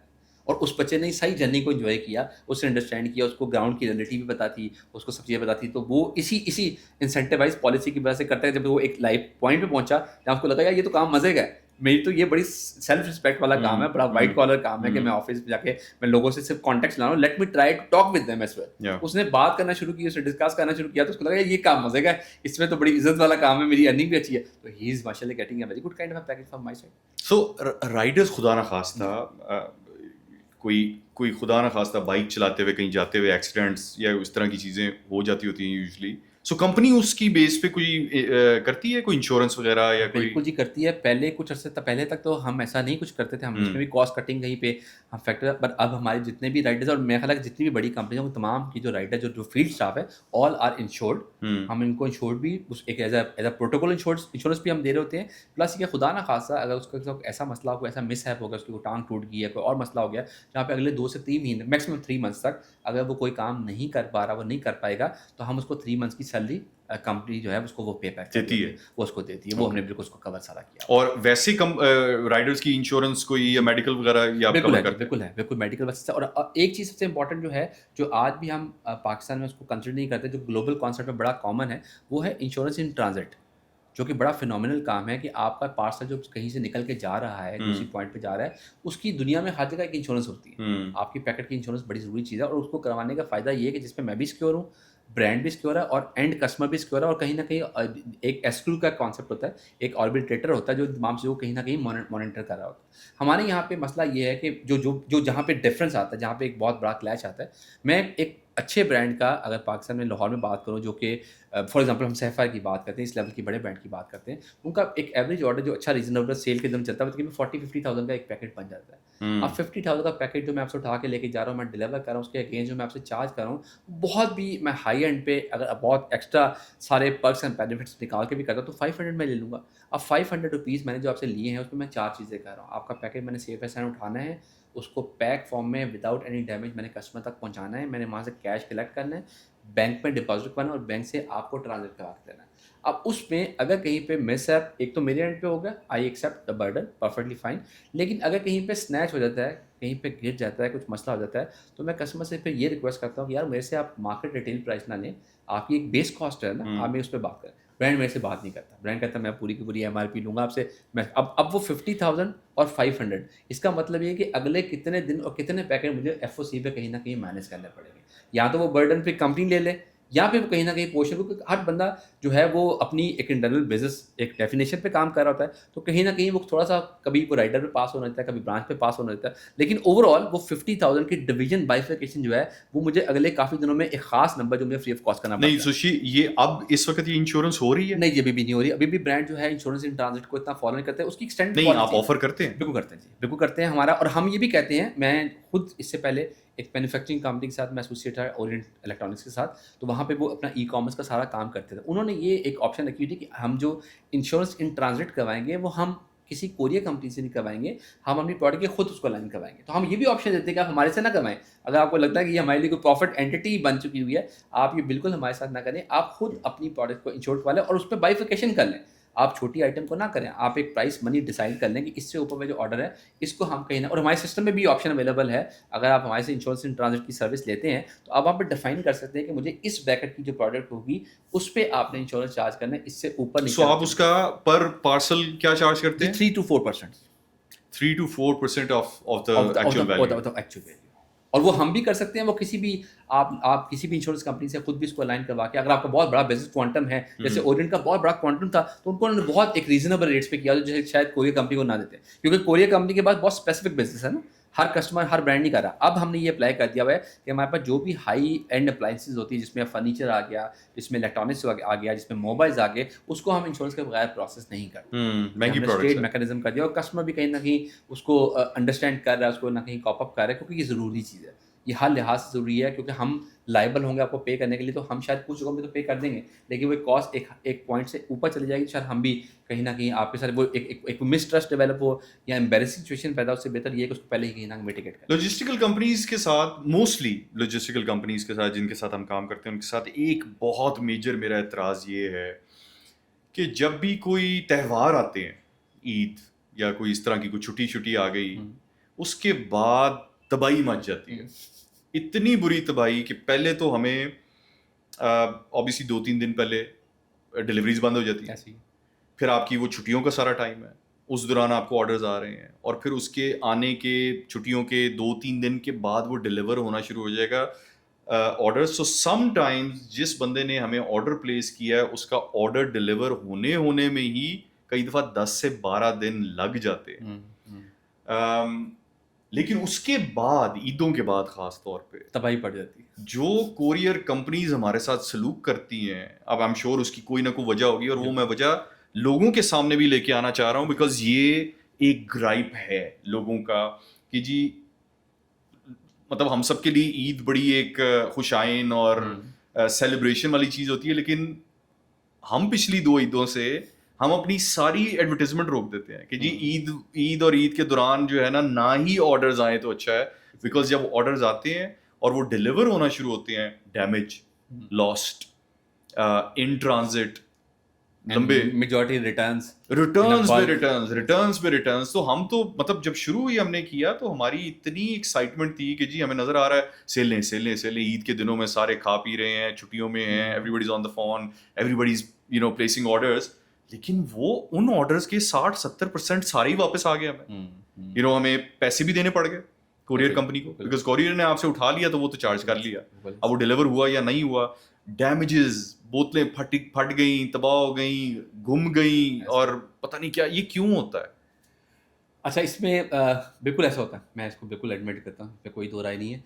2 वजूहत होती हैं। एक वजह तो ये होती है कि हमारे पास भी जब ईद या फेस्टिव को आता है, ऐसी चीज़ आती है, तो उस पर लोड ऑफ कोर्स एक बिज़नेस का क्वांटम बहुत ज़्यादा बढ़ जाता है, और वो साल में 2 दफ़ा तो हम बहुत ज़्यादा एक क्वांटम को कहीं न कहीं अंडरस्टैंड करके हम कैपेबिलिटी को कहीं न कहीं एनहांस कर रहे होते हैं। पहले ये बताएं कि ये क्यों अपने पॉइंट ऑफ व्यू से बताएं, बिकॉज मैं जी, अंडरस्टैंड जी। करता हूँ। मेरी पहले बड़ी बहुत ज़्यादा नाराज़गी होती थी, बिल्कुल, फिर आहिस्ता आहिस्ता मैंने समझना शुरू कर दिया। I still want you to tell the customer कि ये लोड बिल्डअप क्यों होता है। लोड बिल्डअप इसलिए होता है कि हमारा जो नॉर्मल इंफ्रास्ट्रक्चर हमने डेवलप किया होता है किसी भी लॉजिस्टिक कंपनी ने, वो एक पूरे साल के नंबर्स की बेस पे और उसकी जो फोरकास्टिंग होती है उसकी बेस पे हम प्लान करते हैं, उसको हम सही है। बाइफिकेट करते हैं क्वार्टरली बेसिस पे। क्वार्टरली बेसिस के बाद फिर हम इन इवेंट्स को थोड़ा सा एक पार्ट देते हैं कि हम पिछले साल इतना कर रहे थे, और हमारे अभी पिछले 3 महीनों में बिजनेस की जो इन्फ्लक्स है, या बिजनेस की जो एग्रेसिव नंबर्स हैं, वो कितना हमारी ग्रोथ है, उस ग्रोथ की परसेंटेज को हम पे मल्टीप्लाई करके हम डिसाइड कर लेते हैं कि फॉर एग्जांपल मैंने पिछले साल अगर ईद वाले दिनों में मैंने 40-50 हज़ार पैकेट किए थे, और इस पर मेरी ग्रोथ जो है 10 से 15% है, तो वो नंबर रेगुलर डेज में मैं ऐड करता हूँ, और ईद पे उसी हिसाब से मैं प्रोपोर्शनेट ऐड कर देता हूँ। तो मेरी जो प्रोपोर्शनेट होती है वो ये फैक्टर है जिसकी बेस पे मैं कर रहा था। फिर उसमें होता है कि जहाँ पे हमें थोड़ी सी ज़्यादा सपोर्ट की ज़रूरत है, जहाँ पे हम चीज़ों को थोड़ा सा निस्बतन बेहतर तरीके से कैटर कर सकें, हम अपने ब्रांड से ये रिक्वेस्ट करते हैं कि जब आपकी कोई कैंपेन आप रन करते हैं, खासतौर पे ईद के दिनों में, आपके पास भी डेटा है, क्योंकि आप मेरे अकेले के साथ काम नहीं कर रहे, आप कम से कम 3 या 4 4PL के साथ काम कर रहे हैं, आपकी भी एक क्वांटम है, आपकी भी अंडरस्टैंडिंग है कि पिछले साल से आपका टर्नओवर लोड कितना जा रहा है, और फिर कई दफ़ा आपको ऑन टाइम डिसाइड करना पड़ता है कि ये जो पार्सल नंबर ऑफ पार्सल हैं, मैं एक्स कंपनी को नहीं दे रहा, मैं वाई को दे रहा हूँ। ठीक है? उससे पहले जब आपका ऐसा कोई सीज़न है, तो आपके जिन ब्रांड्स के नंबर्स थोड़े ज़्यादा वाले हैं, वो हमारे साथ बैठ के एक बिज़नेस का एक प्लान डिज़ाइन कर लें कि अच्छा। आपका जो नंबर है वो यहाँ तक जा सकता है, ये एक्सटेंडेबल वैल्यू है, और ये बेयर मिनिमम है। बेयर मिनिमम का मतलब ये कि यहाँ तक तो आपके पास हर सूरत में आएगा, इससे ऊपर यहाँ तक जा सकता है, आप अपने इंफ्रास्ट्रक्चर को थोड़ा सा अपस्केल कर लें, क्योंकि अगर जो लोड मेरे पास ईद के दिनों में आता है ना, वो रेगुलर डेज में नहीं होता। मुझे कई दफ़ा इसमें जो अपने स्टाफ को ऐड ऑन करना होता है, जो मैं राइडर्स को ऐड ऑन करता हूँ, कई दफ़ा वो डेली बेसिस वाले पे मुझे ऐड करने पड़ते हैं। कई दफ़ा इंफ्रास्ट्रक्चर मुझे ऑन ऑन डेली बेसिस पे मुझे ऐड ऑन करना पड़ता है। तो वो करने के लिए मुझे ज़रूरी होता है कि मैं अपने नंबर्स की वैल्यूएशन ब्रांड साइड से भी ले लूँ, और वो जनरल इन्फॉर्मेशन है, आप नंबर्स को मेंशन ना करें, आप ये बता दें कि नंबर जो आप हमारे साथ बिज़नेस कर रहे हैं उसमें क्वांटम कितना फ़र्क आ सकता है। एक तो ये वाली चीज़ बड़ी इंपॉर्टेंट, जिससे हमारी चीज़ें चोक होने के चांसेस निस्बतन कम होंगे। अब जहाँ तक हमारे एंड पे बात आता है, चूँकि ईद का लोड जो है ना, वो एक्सपोनेंशियली ग्रोथ पे जाता है। अब उसको बहुत ज़्यादा आप 100% प्रिडिक्ट नहीं कर सकते, लेकिन इन नंबर्स की बेस पे हम उसको कुछ 70-80% असेस कर लेते हैं। लेकिन जब वो 80% से ऊपर जाता है, वहाँ पे कहीं पे हमारा भी ये एक इंटरेस्ट, जैसे मैं क्योंकि सेल को रिप्रेजेंट करता हूँ, तो मेरी नंबर्स बड़े मैटर कर रहे होते हैं। मुझे ये लगता है कि नंबर्स का ये टाइम है, मुझे नंबर्स को कहीं ना कहीं कैचअप करना है, मुझे ऐड ऑन करना है। मैं उसको कर रहा था, ऑपरेशन वाले अपने एक्सटेंडेड वैल्यू तक उन चीज़ों को कहीं ना कहीं रिजॉल्व करने की कोशिश करते हैं, डिलीवर करने की कोशिश करते हैं, लेकिन एक क्वेश्चन है ना, एक पाइप लाइन है, उस पाइप में से एक लिमिट ही है पानी के निकलने की। जब उससे आप आगे लेके जाएंगे, तो वो कहीं ना कहीं आपको क्लैप्स करेगा। क्लैप्स कैसे करेगा कि आप यहाँ तो जो राइडर आपके 40 पास डिलीवर करें, उसको मैं 80 पे ले जाऊँगा, या मेरे पास जो स्टॉक बैकएंड पे पड़ा हुआ है, जिसको मुझे अगले कुछ दिनों पे प्रोसेस करना है और रेगुलर बिजनेस भी आ रहा है, वो चोक हुआ हुआ है, उसमें मैं कब निकालूंगा, कैसे लेके जाऊँगा, वो पड़े होने से ख़राब हो सकता है, वो हिट होने से डैमेज हो सकता है। ये तमाम मामलात कहीं ना कहीं हिट करते हैं। उसका स्टार्टिंग पॉइंट जितना बेहतर हो जाए, उसमें कोरियर कंपनी को बड़ा ओपनली ये डिस्कस करना चाहिए, और ब्रांड्स को ये बताना चाहिए, अवेयरनेस देनी चाहिए कि हमारी कैपेबिलिटीज़ क्या है। मतलब हम पिछले कुछ अरसों तक हम ये करते थे, हम हर साल जितने टॉप ब्रांड होते हैं उनको हम एक ईमेल एक्सचेंज करते थे। हम कहते थे आगे ईद के सीज़न आ रहा है, आप बताएं आप हमें क्या नंबर्स देंगे, हमें कितना क्वांटम देंगे, ताकि हम अपने लाइन हॉल, अपने एम्प्लॉयज़, अपने स्टाफ को ऐड ऑन कर लें, क्योंकि वो अल्टीमेटली हमें शॉर्ट टाइम के लिए रिक्वायर होंगे। फिर हम प्रोजेक्ट के कुछ लोगों को अलाइन करेंगे, कुछ स्टाफ को ऐड करेंगे, ताकि चीज़ों को बेहतर तरीके से किया जा सके। लेकिन जब वो नहीं होता, तो हम भी फिर उस पे क्लैश कर जाते हैं, और फिर जस्टिफिकेशन ऑफ कोर्स होती है कि पैकेट ख़राब हो गया। अब कस्टमर की एक साइकी है, जैसे मैंने पहले बताया, आज के दिन में मुझे लगता है कि जो सोशल मीडिया के जो एल्गोरिदम है वो इतने प्रोडक्टिव हो गए हैं कि आज सुबह जो चीज़ मैं एक दफ़ा देखता हूँ, सारा दिन मुझे वही चीज़ें नज़र आती हैं। वो मल्टीपल चीज़ें नज़र आती हैं, मुझे 50 प्राइसिंग नज़र आती है, और मेरे लिए बड़ा आसान काम है कि मैंने भी पैसा नहीं दिया, मुझे जो चीज़ घर आएगी, मैं कुछ ब्रांड को ये भी मैं लिख देता हूँ कमेंट, उसमें कमेंट सेक्शन होता है कि आप किस तरह पैकेट चाहते हैं। मैं लिखता हूँ जी मुझे खोल के चाहिए, मुझे फ़ोन करके सर खोल के चेक कर लीजिएगा। दूसरा कहता है खोल के चेक ना कीजिएगा। अब प्राइस में डिफरेंस है, अब ये 50 रुपये सस्ता दे रहा है, वो 50 रुपये महंगा दे रहा है, तो 50 रुपये सस्ता वाला मेरी फर्स्ट प्रायोरिटी बन चुकी हुई है, क्योंकि मुझे पता है खोल के भी दे रहा है, ख़राब भी होगा तो ज़्यादा क्या होगा, मैं कहूँगा वापस ले जाओ। लेकिन जो महंगा दे रहा है वो ब्रांड जरूर है, लेकिन मुझे प्राइस डिफरेंस आज भी जो पाकिस्तान में, मतलब मैं बड़ी फनी सी एक बात बताता हूँ कि मेरे पास एक काफ़ी साल पहले एक ब्रांड बंदा आया, उसने मुझे फ़ोन करके जी मेरे साथ फ्रॉड हो गया, आप मेरे पैसे रिफंड करें। मैंने कहा जी क्या फ्रॉड हो गया? कहते हैं जी मैंने लेवाइस की 3 जो है ना ट्राउज़र ऑर्डर किए थे, वो जो है वो तो लंडे का सामान आ गया। मैं कहा सर आपने किस प्राइस मनी में किया था? कहते हैं जी मैंने 2000 रुपये में 3 जो है ना इसके लेवाइस के मंगवाए थे। मैं कहा सर मुझे खुद बताएं कि लेवाइस की आप शॉप पे आपको जाने का इत्तेफाक हुआ 2000 रुपये में कौन सी पेंटें देगा? कहते हैं वो एक अलग इशू है, पहला सवाल ये कि मेरे साथ फ्रॉड हुआ है, मतलब ये वही माइंडसेट भी आपको है, आपको चीज़ें आती हैं, तो वो सारा दिन आपका माइंड कॉन्स्टेंटली वो ग्रिल करता रहता है, तो आपकी चॉइस तो बहुत डिफरेंट होगी। अब अगर मैं मेरी कोरियर कंपनी के थ्रू आपका पैकेज वो ले जा रहा है, तो कस्टमर वो नहीं लेगा, वो जेन्युइन रिटर्न है। वो कस्टमर कहेगा कि जी मैं क्यों 10 दिन के बाद दूँ, मुझे तो चीज़ चाहिए थी। मैंने ईद पे, अब खवातीन के लिए खास हो, क्योंकि पाकिस्तान में 70-80% जो बिजनेस हम ई कॉमर्स का जो रन थ्रू कर रहे हैं वो है ही कपड़ों का, और टिपिकल खवातीन उसमें सारा एंजॉय कर रही है। अब वो बिजनेस जो खातून ने ईद से पहले वो कपड़े पहन के अपनी किसी फ्रेंड को दिखाया था कि मैंने एक्स ब्रांड के कपड़े पहने, अब उसके लिए वो यूजलेस है, और वो तो कभी भी आपसे नहीं लेगी, आप कैसे उसको मैनेज करेंगे। फिर दूसरी बात ये भी है कि जो रिटर्न वाली रेशो में मैं एक चीज़ बड़ी इंपॉर्टेंट ऐड करना चाहूँगा कि चूंकि आपका स्टेक नहीं है, आपने सीओडी पे, आप बहुत फ्रीक्वेंट बायर हैं और आप फ्रीक्वेंट ऑर्डर्स करते हैं, तो आपके दिन में शायद 10-12 ऑर्डर आपके घर में कहीं लैंड करते हैं। आप कई दफ़ा वो इनकार कर देते हैं, आपको याद भी नहीं रहता। आप इस बात पे 100% इंसिस्ट करते हैं कि मैंने रिटर्न नहीं किया, मैंने इसको इनकार नहीं किया, मैंने फ़ोन पे नहीं कहा। अब उसके लिए भी हमने ये किया हुआ है कि हमारा अब पहले ये होता था, जनरल प्रोसेस ये था कि आपका पैकेट डिलीवरी पे जाता है, और डिलीवर होने के बाद अगर वो नहीं हो रहा तो हम ब्रांड को रिक्वेस्ट करते हैं। एक हमने बकेट बनाई हुई है जहाँ पे आपकी जो कस्टमर सर्विस टीम है वो रिकनेक्ट होती है, वो पूछती है कि जी ये कंसर्न हमारे पास पहुंचा है, आपको ये पैकेट चाहिए, तो हम इसको प्रोसेस करते हैं। हमें लगता था कि ये बड़ा अनोइंग काम है, ये बड़ा फ्रस्ट्रेटेड काम है, क्योंकि ब्रांड के एंड पे जब हम उसको थोड़ा स्टडी करते हैं तो हमें लगता है वो बेचारा पहले प्रोडक्ट सोर्स करता है, फिर वो मार्केटिंग करता है, फिर वो कस्टमर सर्विस पे कॉल करता है, कॉल करने में पैकेट हवाले करता है, फिर दुआ करता है तो यार पहुंच जाए। उसको खुद भी अनसर्टन होता है, पता नहीं पहुंचेगा कि नहीं पहुंचेगा, और फिर उसके बाद मैं उसको ये भी बर्डन डालूँ कि भाई ये पहुंच नहीं रहा, अब तुम कॉलें भी करो। तो वो करता तो है, मरता क्या ना करता, वो चीज़ तो कर रहा है, लेकिन मुझे लगता है कि ये कहीं ना कहीं स्टेक कोरियर कंपनी को लेना चाहिए। तो हमने फिर क्या किया अपनी कंपनी में, हमने आरवीआर की एक डोमेन बना दी, जो कि शायद आपकी ही बिहार पे हमारे पास एक स्टाफ बैठा, उसकी मॉनेटरी बेनिफिट किया है कि जितने ज़्यादा केसेस पे वो रिटर्न दोबारा मार्क करवाता है, रीअटेम्प्ट करवाता है, और जितने पैकेट उसके उसमें से सक्सेसफुल डिलीवर होंगे उसको उसका हमने इंसेंटिव लाइन करवाया। आरवीआर क्या होता है? रिटर्न ऑटोमेशन रिकवरी, उस नाम से हमने वो बॉडी बनाई हुई है। वो हमने उसमें बनाया कि वो अब उसका काम ही है कि वो आपके बिहाफ पे आपकी कस्टमर सर्विसेज की टीम की तरह का वहाँ बैठ के सिर्फ ये काम करता है कि यार मैक्सिमम पैकेट जाएं और रीअटेम्प्ट के बाद डिलीवर हो, ताकि मैं पैसे कमा लूं। और ब्रांड के लिए वो अनोइंग फैक्टर ना बने, क्योंकि मुझे लगता है कि हमारे बहुत सारे ब्रांड डिस्कनेक्ट इसलिए हो रहे थे कि जिन दिनों में हमारे पास लोड ज़्यादा आते थे, हम उसको कंट्रोल नहीं कर पाते थे, हम वो पैकेट वापस भिजवाते थे। तो आपके लिए फ्रस्ट्रेटिंग होता था कि आपने 10 लोगों को कॉल किया, उसमें से 8 लोगों ने कहा जी मुझे तो किसी ने कॉन्टैक्ट नहीं किया। आप कहेंगे यार कोरियर कंपनी फारिग है, ये तो काम नहीं कर रही, यार किसी और कंपनी से पूछो। तो मैंने इस चीज़ को इन्वेस्ट किया, मैंने अपनी पूरी फाइनेंशियल कैलकुलेशन की कि मेरा कस्टमर लॉस में कितनी नुकसान हो रहा है और एक बंदे को रखने में कितना पैसा इन्वेस्ट करना पड़ा। तो मुझे लगा कि पैसा इन्वेस्ट करना ज़्यादा बेटर है, कस्टमर को लॉस करना। और मेरा ख्याल है कि I think as a brand, मेरा ख्याल है कि कस्टमर्स को भी ये हम मैसेज मुझे लगता है कि देना चाहिए कि they also need to realise कि एक तो जब वो ऑर्डर प्लेस करते हैं, सिर्फ ऑर्डर प्लेस करने की भी एक कॉस्ट है जो उनको नहीं देनी पड़ी, लेकिन किसी को वो ऑर्डर प्लेस करने की, वो कैजुअल था, रात को था, इम्पल्स बाइंग थी, जो भी था, लेकिन किसी ना किसी को वो कॉस्ट बेयर करनी पड़ेगी। बिकॉज हमारे पास एक ऑर्डर आया, हमने उसको पैक करना है, तैयार करना है, हमें उसको सबसे पहले पैक करने से पहले तो हमने कॉल करनी है। कस्टमर कॉल ही नहीं उठाता कि जी आपने ऑर्डर प्लेस कर दिया है और आप कॉल नहीं उठा रहे। अब हमने भी पहले शुरू में ये होता था कि जी ऑर्डर आया, हमने बस एज इट इज भेज दिया, हमने ना एड्रेस देखा, ना उसकी डिटेल्स देखी, कुछ भी नहीं देखा और हमने दे दिया। बाद में समझ आई कि यार पहले एड्रेस तो पढ़ लो, अगर सरगोदा का एड्रेस है तो सिर्फ सरगोदा ही लिखा हुआ है, ना कोई घर का नंबर, ना कोई गली का नंबर, कुछ नहीं लिखा हुआ, सरगोदा लिखा हुआ। सो आई थिंक कस्टमर्स को भी ये समझना जरूरी है अब कि हम सबको, ब्रांड्स को भी और आप लोगों को, लॉजिस्टिकल कंपनीज को भी अच्छी सर्विस देने के लिए ज़रूरी है कि हमारे पास एक अवेयर कस्टमर हो जो अपना नाम पूरा लिखे, अपना एड्रेस पूरा लिखे, सोच समझ के ऑर्डर प्लेस करे कि उसको वो ऑर्डर चाहिए या नहीं चाहिए। मेरी ज़ाती कज़न, मैंने उसको इतना डांटा कि उसने भी मुझे ये कहा कि जी मैंने इस तरह एक ऑर्डर किया तो फिर मैंने वापस भेज दिया। मैंने कहा यार कितनी बेशर्मी की बात है, हम भी यही कर रहे हैं और हम तो यहाँ पे पिट रहे होते हैं कि कितना बड़ा नुकसान है। Because for you this might be 500-600 हज़ार रुपए की एक प्रोडक्ट होगी, बट आपको 200-250 रुपया उस ब्रांड को वो तो पड़ गया।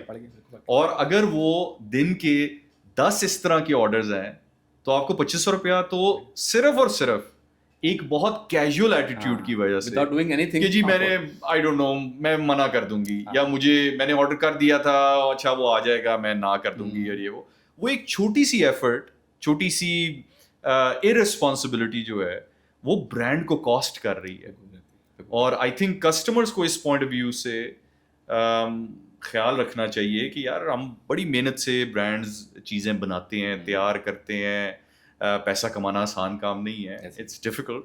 सो आई थिंक थोड़ी सी कर्टसी, थोड़ी सी कंपैशन आई थिंक इस मामले में बहुत ज़रूरी है कि जिस तरह आप राइडर को इंसान समझे, वो गर्मी में तपती धूप में आपके लिए एक डिलीवरी के लिए आ रहा है, चले नहीं पानी पिलाना लेकिन उससे एटलीस्ट अच्छे तरीके से बात कर लें, उसको बाहर बहुत ज़्यादा देर ना ठहराएं, उसके साथ आर्ग्यूमेंट्स ना करें बिकॉज वो एक कंपनी को रिप्रेजेंट कर रहा है, उसको दबोच ना ले और उसको 2 दिन अपने घर में कुटकुटैया ना करें.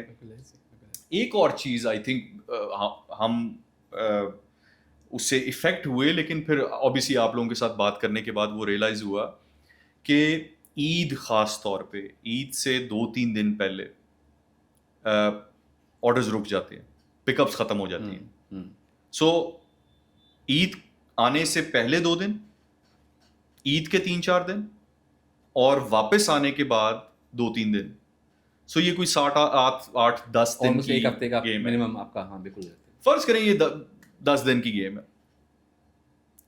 अब जो ब्रांड एडवर्टीजमेंट तो कर ही रहा है, बिल्कुल ऐसी. एक ब्रांड को दिन के 100 ऑर्डर्स आते हैं और ये 10 दिन की ब्रेक आ गई, उनके पास 1000 ऑर्डर्स ईद की छुट्टियों में इकट्ठे हो गए.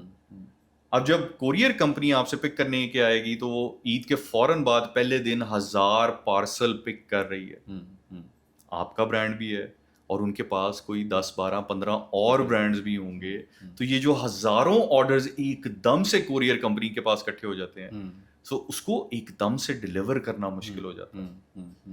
पहले हम भी एतराज करते थे कि जी हमारा मसला तो नहीं है, आप कंपनी चला रहे हैं, करें इसको. बट नाउ आई रियलाइज कि this become such a big problem. First क्या हुआ, जो आपका फर्स्ट माइल है, इतने ज्यादा ऑर्डर्स हर ब्रांड से उठाना, फिर इतने हजारों ऑर्डर्स को सॉर्ट करना, लाहौर का कौन सा ऑर्डर है, फैसलाबाद का है, कराची का, इस्लामाबाद का, वो एक मसला. एंड देन इतना बल्क इवेंचुअली डिलीवर करना जो कि फौरन अगले दिन 2 दिन 3 दिन में तो डिलीवर होना नहीं है. सो ईद की छुट्टियों के दौरान आई थिंक कस्टमर्स को रियलाइज करना चाहिए कि ऑर्डर्स की डिलीवरी में डिले आ सकता है. आई थिंक कस्टमर्स को ये रियलाइज करना चाहिए, उसमें हमारे लिए भी थोड़ी सी आसानी होगी एज अ ब्रांड, और आप लोगों के लिए एज अ लॉजिस्टिकल कंपनी भी फायदा होगा. लेपर्ड वाले, मेरा उनके साथ बड़ा एक इख्तलाफ रहा और बड़ा मैंने एहतजाज किया, फिर मैंने सोशल मीडिया पे भी डाला और ये वो. मेजॉरिटी कंपनीज, कोरियर कंपनीज जो हैं, अगर आपका पार्सल डैमेज हो जाए तो देयर इज अ पॉलिसी कि जी हम आपको रिफंड कर देंगे. रिफंड आप फुल अमाउंट करेंगे या आप जो भी करेंगे, but there is a policy कि अगर पार्सल डैमेज हो जाए, लेजिट डैमेज हो जाए, लेपर्ड वालों की कोई पॉलिसी नहीं है इस मामले में. उनका राइडर बोतल फाड़ दे, वो उठा के उसको जमीन पे फेंके, घुमा दे, लेपर्ड वालों की कोई पॉलिसी नहीं है कि जी हम आपको रिफंड देंगे.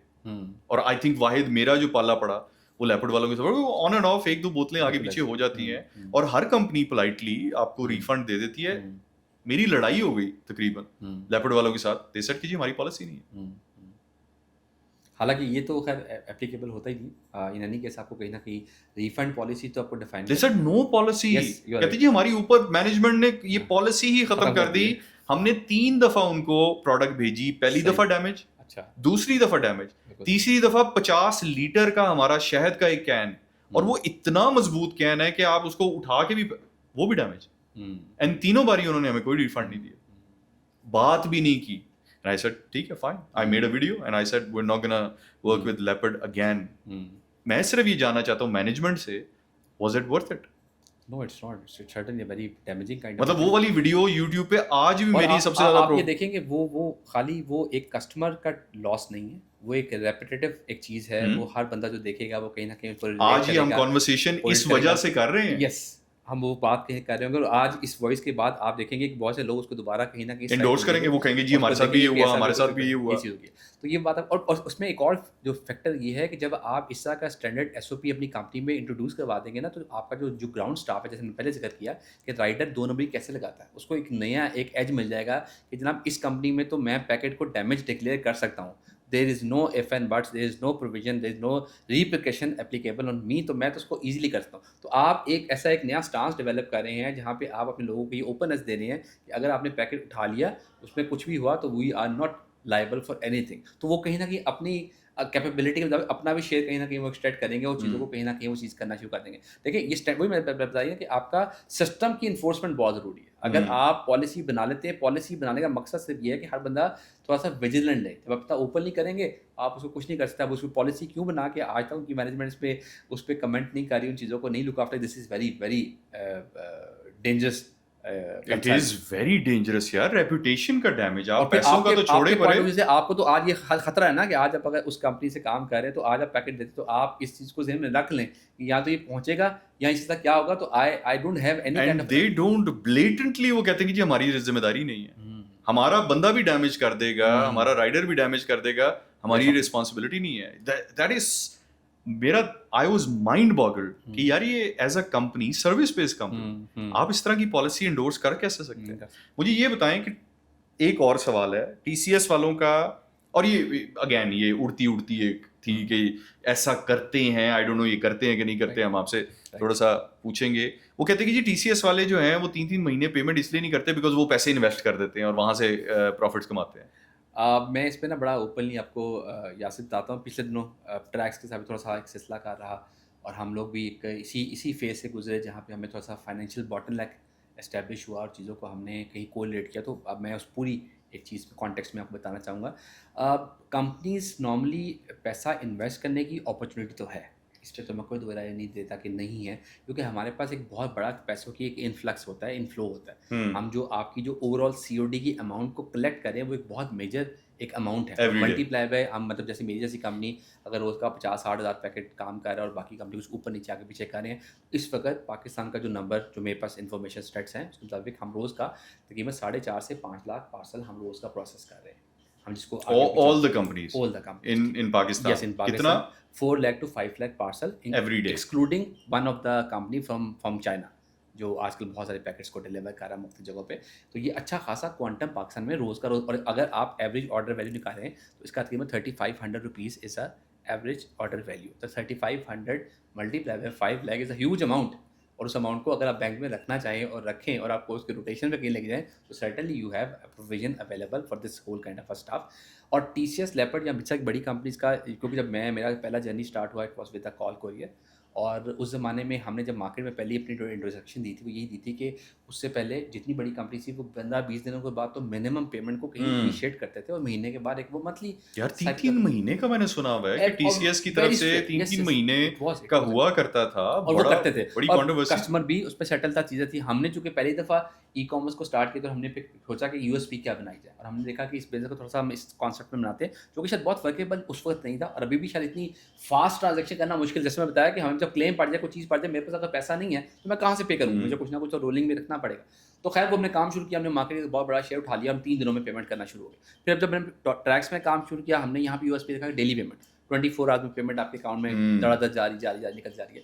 तो वो वाला पैसा हमने जब डेली निकाला तो हमें कहाँ प्रॉब्लम आती थी, प्रॉब्लम यहाँ पे आती थी कि जब हमें कोई क्लेम हिट करते थे, हमें कोई डैमेज हिट करते थे, हमें कोई और अनफोर्सीन रीज़न आ जाती थी, कहीं पे हमें कुछ चीज़ों को क्लियर करना पड़ता था, तो वहाँ पे हम जाकर स्टक हो जाते थे, हमारे को सोल्यूशन नहीं होता था। तो ये पैसा कंपनीज बैंक्स में इसको रोलिंग में लगा सकती हैं, कर सकती हैं। हमारे वाले केस में भी यही हुआ कि हमारा जो कि जब ये एपिसोड स्टार्ट हुआ उससे पहले लाहौर पाकिस्तान की 3 एक अच्छी रीजनेबल स्टेक वाली कंपनीज में स्विफ्ट थी, टीपीएल थी, मूवेक्स थी, सब जो है वो कहीं ना कहीं अपनी चीज़ों को डिसॉल्व करके ख़त्म कर चुके थे। उनकी नोट्स को बहुत बेहतर नहीं रही, मार्केट में उनकी लाइबिलिटी थी, कुछ उन्होंने चीज़ों को क्लियर करना था, तो एक मसला उनको बहुत ज़्यादा क्रिटिकली फेस करना पड़ा। तो वहीं पे लोग हमें भी कहीं ना कहीं कोरिलेट कर रहे थे कि ट्रैक्स इज ऑन सेम अर्ज के ultimately they will just close the shop and they will go somewhere else kind of a thing. तो हमने खैर उसको बहुत ज़्यादा फेस किया, बहुत ज़्यादा टफ टाइम हमने गुजारा, पीछे 6-8 महीने ट्रैक्स की जर्नी में बहुत टफ थे, लेकिन उसके पीछे पूरी हमने एक वर्किंग स्टार्ट की।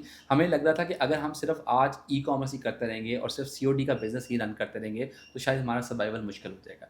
हमें अपनी बिजनेस के प्रपोजिशन को बेहतर करने की ज़रूरत है, हमें इंफ्रास्ट्रक्चर पे इन्वेस्ट करने की ज़रूरत है, और मार्केट में कंपटीशन बहुत ज़्यादा है। हमें इस वक्त जो ब्रांड है वो एक्स्ट्रा पैसा नहीं देगा, मुझे ब्रांड के लिए कुछ डेवलप करना है, मुझे ब्रांड को कोई चीज़ ऐसी देनी है जिसकी बेस पे ब्रांड वो एप्पल टू एप्पल कंपैरिजन पे एक्सक्लूसिवली फील कर सके कि Trax is doing something different, I am suppose to pay him for these kind of benefits.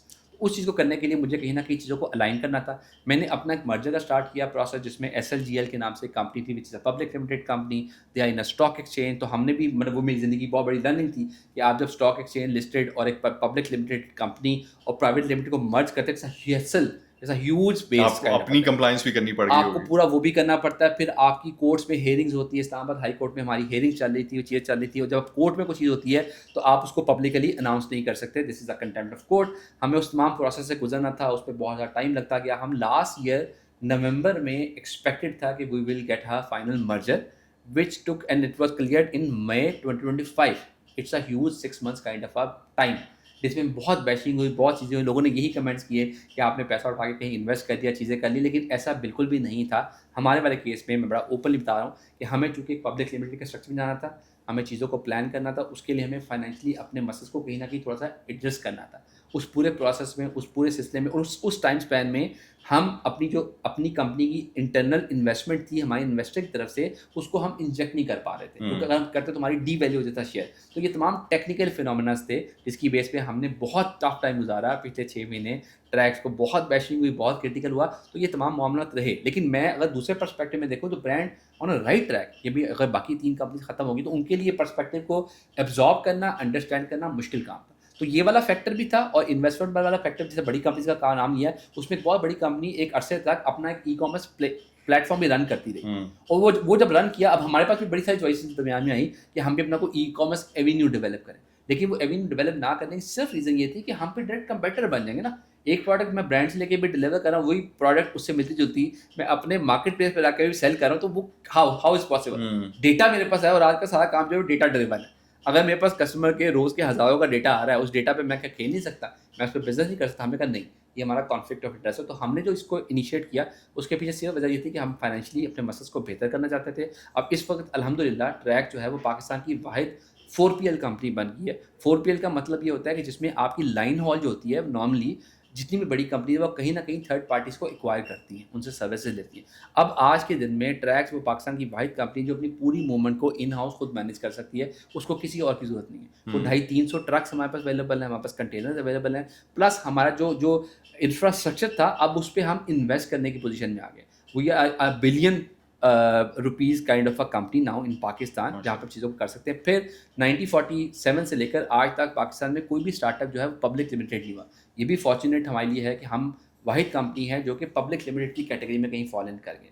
तो इस पूरी कबातों में हमें ब्रांड ने बहुत सपोर्ट भी किया, प्रॉब्लमेटिक भी हुए, चीज़ें ख़राब भी हुई, लेकिन अब हम ये कह सकते हैं कि हम शायद वो वाहिद कंपनी बन गई है जिनकी, अगर आपको अब ट्रैक्स के बारे में आपको ये वाली फ़ियर फैक्टर नहीं, कभी भी नहीं रहेगा कि कंपनी एकदम ओवर द नाइट भाग जाएगी। हुँ। क्योंकि पब्लिक लिमिटेड कंपनी का एक प्रोटोकॉल है। प्रोटोकॉल एक है। स्टैंडर्ड प्रोटोकॉल है, जिसको आज मैं डिसाइड करूँ मैंने कंपनी के अपने शेयर को डिसॉल्व करना है, तो मुझे कम से कम 1.5 से 2 साल लगेंगे उन तमाम चीज़ों को हल करने में। तो हम हमारे से लोग अगर जो काम कर रहे हैं, अगर बहुत बड़े कोई मसले मसाइल नहीं है, कोई प्रॉब्लम नहीं है, तो they can start working with us on a very super confidence kind of a state, कि जहाँ पे ये वाला मसला उनको फेस नहीं करना पड़ा। तो बाकी चूँकि पैसा बहुत बड़ा आ रहा होता है और टिकट मनी छोटी है, तो ये वाले चांसेस हो सकते हैं, हुँ। कंपनीज़ कर भी रही होंगी हुँ। और सिलसिला हो भी रहा होगा, लेकिन ये कि एथिकली दिस इज़ रॉन्ग। जैसे हमने भी जो चीज़ की, हम इस चीज़ को एडमिट करते हैं। हमने कभी ये नहीं किया कि हमने जो पैसा आपका रोका तो हमने अपना इंफ्रास्ट्रक्चर बड़ा करने के लिए किया, तो this is not a right way, but unfortunately for a better future, for a better reasonable and a smooth kind of a environment हमें ये चीज़ें कहीं करनी पड़ी और चीज़ों को रन किया। लॉजिस्टिकल साइड के ऊपर नई कोई टेक्नोलॉजी अगले कुछ अरसे में क्या आ रही है? हम अपने राइडर्स को ट्रैक क्यों नहीं कर सकते? ये टेक्नोलॉजी मुश्किल है? नहीं जी, बिल्कुल मुश्किल नहीं है। जिस तरह हाँ, ऊबर पे या बिल्कुल करीम पे बिल्कुल आपको पता लगा कि जी आपका राइडर इस वक्त बिल्कुल ऐसे। वो इशारे पे यहाँ पे ऐसे है ही, और ये आ रहा ऐसे ही, है, ऐसे वो ज़रा थोड़ी सी आपकी फ्रस्ट्रेशन जो है, लोगों की इंतज़ार जो है, वो वेरी फैक्ट। एंटिसिपेशन जो है, वो ज़रा थोड़ी सी हो जाती है। ये टेक्नोलॉजी किस वजह से, पैसों की वजह से नहीं आ रही, इन्वेस्टमेंट की वजह से नहीं आ रही, या ये अभी तक क्यों नहीं आई मैं आपको बड़ी फॉर्च्यूनेट चीज़ बताऊँ कि ये टेक्नोलॉजी आज ट्रैक्स के पास अवेलेबल है।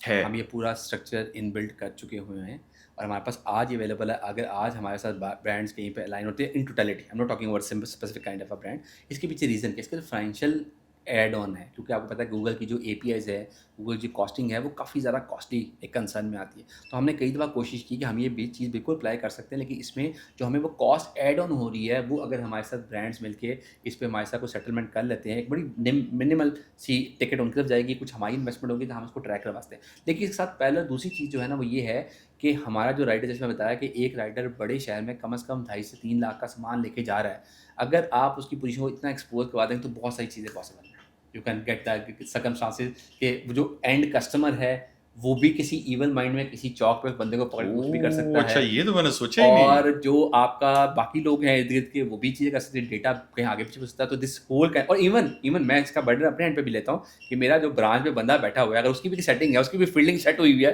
Lot of episodes can be काम से। तो ये सारा मामला जो है ना, ये भी कहीं न कहीं इसको हिट करता है, जिसकी वजह से इसको बहुत ज़्यादा इनकरेज अभी तक हम नहीं कर पा रहे। क्योंकि इसके पीछे मैं बताऊँ यासर, मसला सिर्फ वही है कि जब तक आपका जो पैसा है ना, आपके ब्रांड का पैसा, लॉजिस्टिक का पैसा और एंड कस्टमर का पैसा, इसको किसी सेंट्रलाइज़ आप बॉडी के पास कहीं पे होल्ड नहीं करवाएँगे ना, आप सब लोग शेक ही देंगे। मतलब आज कैश ऑन डिलीवरी की वजह से ये एक प्रॉब्लम, अगर ये ऑनलाइन होता तो फिर कोई मसला नहीं उसमें था। अब मेरा मसला क्या है? मेरा मसला एक बहुत बड़ा, मैं आपकी इस टॉपिक पे ऐड ऑन करना चाहूँगा कि आज मेरे साथ एक ऐसा भी कस्टमर बेस काम कर रहा है जो मेरे साथ इनवॉइसिंग पे काम कर रहा है। वो कहता है कि महीने के बाद वो पब्लिक लिमिटेड या प्राइवेट लिमिटेड सेगमेंट में काम कर रहा है, तो हमारे अकाउंट्स में कुछ मसले कबाते हैं, हम आपकी जो है ना वो आप बेशक हमें टैक्स इनवॉइस दे देते हैं, हालांकि वो एक लीगल डॉक्यूमेंट है जिसके बेस पे कोई कबाहत नहीं है, लेकिन एक बड़ा ब्रांड मुझे कहता है कि नहीं, आप मेरे साथ ऐसे काम नहीं करेंगे, आप महीने में मेरे साथ काम करेंगे, मुझे फुल फ्लैज पे करेंगे, महीने के एंड पे आप सर्विस चार्जेस की मुझे इनवॉइस करेंगे, जिसके अगले मैं 1 से 1.5 हफ्ते में पे करूँगा। आप यकीन करें, मैं without mentioning the name, the top 3 brand clothing brand in Lahore are giving us payment after 2 to 3 months gap kind of thing. मतलब 3 महीने के बाद जाके मुझे पेमेंट मेरी क्लियर करते हैं, जो कि बहुत छोटी सी अमाउंट है, और 3 महीने का जो मेरे पास गैप आ रहा है वो मैं कहाँ से फिल इन करूँगा? इस चीज़ को अंडरस्टैंड की ज़रूरत है, वो अंडरस्टैंड कोई नहीं कर पाता, वो उस चीज़ को नहीं करते, वो कहते हैं जी आप काम करें, बाकी लोग भी करें। तो ये सारे फैक्टर्स ना कहीं न कहीं उसको पूरे के पूरे प्रोसेस को कहीं न कहीं डिस्टर्ब कर देते हैं। मेरा फाइनेंशियल साइकिल ही बड़ा लिमिटेड सा है, उसमें अगर मेरा पैसा भी आप रोक लेंगे, तो मैं कैसे चलूँगा आपके साथ? फिर मेरे पास कोई चॉइस नहीं है, मेरे पास मतलब मैं मजबूर हो जाता हूँ, चीज़ों की स्क्वीज़ करूँगा, कॉस्ट कटिंग में जाऊँगा, चीज़ों को मामलात को लेके चलूँगा, वो मसला कहीं न कहीं ख़राब होता जाता है। अमेज़न पाकिस्तान में कब आ सकता है या क्यों नहीं आता? अमेज़न पाकिस्तान में आ सकता था, लेकिन वो चूँकि म्यूचुअल इंटरेस्ट, जैसे मैंने आपको शुरू में अर्ज़ किया कि चूँकि एक बड़ी बॉडी से उन्होंने सारा डिस्कशन स्टार्ट की for the infrastructural point of view, जिसमें चीज़ों को हम प्लान कर रहे थे, वो उस वक्त हम नहीं कर पाए थे क्योंकि पोस्ट ऑफिस की इन्वॉल्वमेंट थी, सारी चीज़ों को वो कर रहे थे। और दूसरा ये कि हमारे यहाँ पे जो प्रोडक्ट लाइन थी, जो सर्विसेज थी, यहाँ पाकिस्तान में बहुत सारे लोग काम कर रहे हैं, और बहुत सारी जो साउथ पंजाब के एरियाज़ हैं वहाँ पे कई दफ़ा वो ऐसे एविडेंसेस भी है कि पहली लॉट बहुत अच्छी गई, सामान बहुत अच्छा गया, उसके बाद फिर 2 नंबरी, वो सब चीज़ें हम असल में ना unfortunately it's a bad word about our as a nation, लेकिन हम बड़े शॉर्ट कमिंग पे बिलीव करते हैं। हम समझते हैं कि मैं बस कल अमीर हो जाऊँ, मेरी ये चॉइस है, मेरी ये ख्वाहिश है, और मैं ये देखता हूँ कि यार वो भी बंदा अमीर हो गया, वो तो फटाफट हो गया था। सर्कमस्टांसेस बहुत मैटर करते हैं, आप किस टाइम पे, आप फर्स्ट मूवर हैं, आप मिडल मूवर हैं, आप वो लास्ट क्लास के बच्चे हैं जिन्होंने सबसे आखिर में कोई सबक याद किया और टीचर जाकर सुनाया, उसका कितना इंटरेस्ट था, क्या चीज़, तमाम फैक्टर कहीं ना कहीं मैटर कर रहे होते हैं, और इसको इन सर्कमस्टांसेस को जहन में रखना बहुत ज़रूरी है। इसके बगैर आप दुनिया में कभी भी सक्सेसफुल नहीं हो सकते, ना आप जॉब में हो सकते हैं, ना आप कारोबार में हो सकते हैं। तो हम उस चीज़ को कंसिडर नहीं करते। अमेज़न के आने के बिल्कुल चांसेस हैं, क्योंकि मेरा एक हल्का हिबाब है जहाँ पे लोग बहुत ज़्यादा एक्टिवली इस पे डिस्कशंस कर रहे हैं। कुछ अच्छा, ऐसे अभी फॉर्म्स हैं, भी है? बिल्कुल है, बिल्कुल है। They want to come in, because Pakistan में सबसे बड़ा फ़ायदा ये है कि हमारे यहाँ पे जब करेंसी कन्वर्जन आती है ना, तो यहाँ पे इन्वेस्टमेंट करना बहुत सेफ़ है। आपकी यहाँ पे प्रोडक्शन कॉस्ट बहुत सेव है, यहाँ पे आपका लॉस फैक्टर भी आप मैक्सिमम कर लेना, फिर भी आप बहुत सेफ हैं। वही आप अमेरिका में करते हैं, यूके में करते हैं, कनाडा में करते हैं, तो वो तमाम पैरामीटर्स बहुत ज़्यादा हिट होते हैं। यहाँ पे आपका वो इंटरेस्ट है। और एक एग्जांपल, टेमो ने पाकिस्तान में अभी काम स्टार्ट किया, they are very successful, they are doing a huge number in Pakistan. नहीं, और टीमू डिलीवर किस तरह कर रहा है? टेमो जो डिलीवर कर रहा है वो थर्ड पार्टी से कर रहा है। थर्ड पार्टी तमाम वो कंपनीज है जो कि निस्बतन अच्छी कंपनीज, जिसमें हम भी हैं, पोस्टक्स है, टीसीएस है, लेपर्ड है, उन्होंने पोस्ट ऑफिस को उस पूरी जर्नी में कनेक्ट नहीं किया। नहीं किया।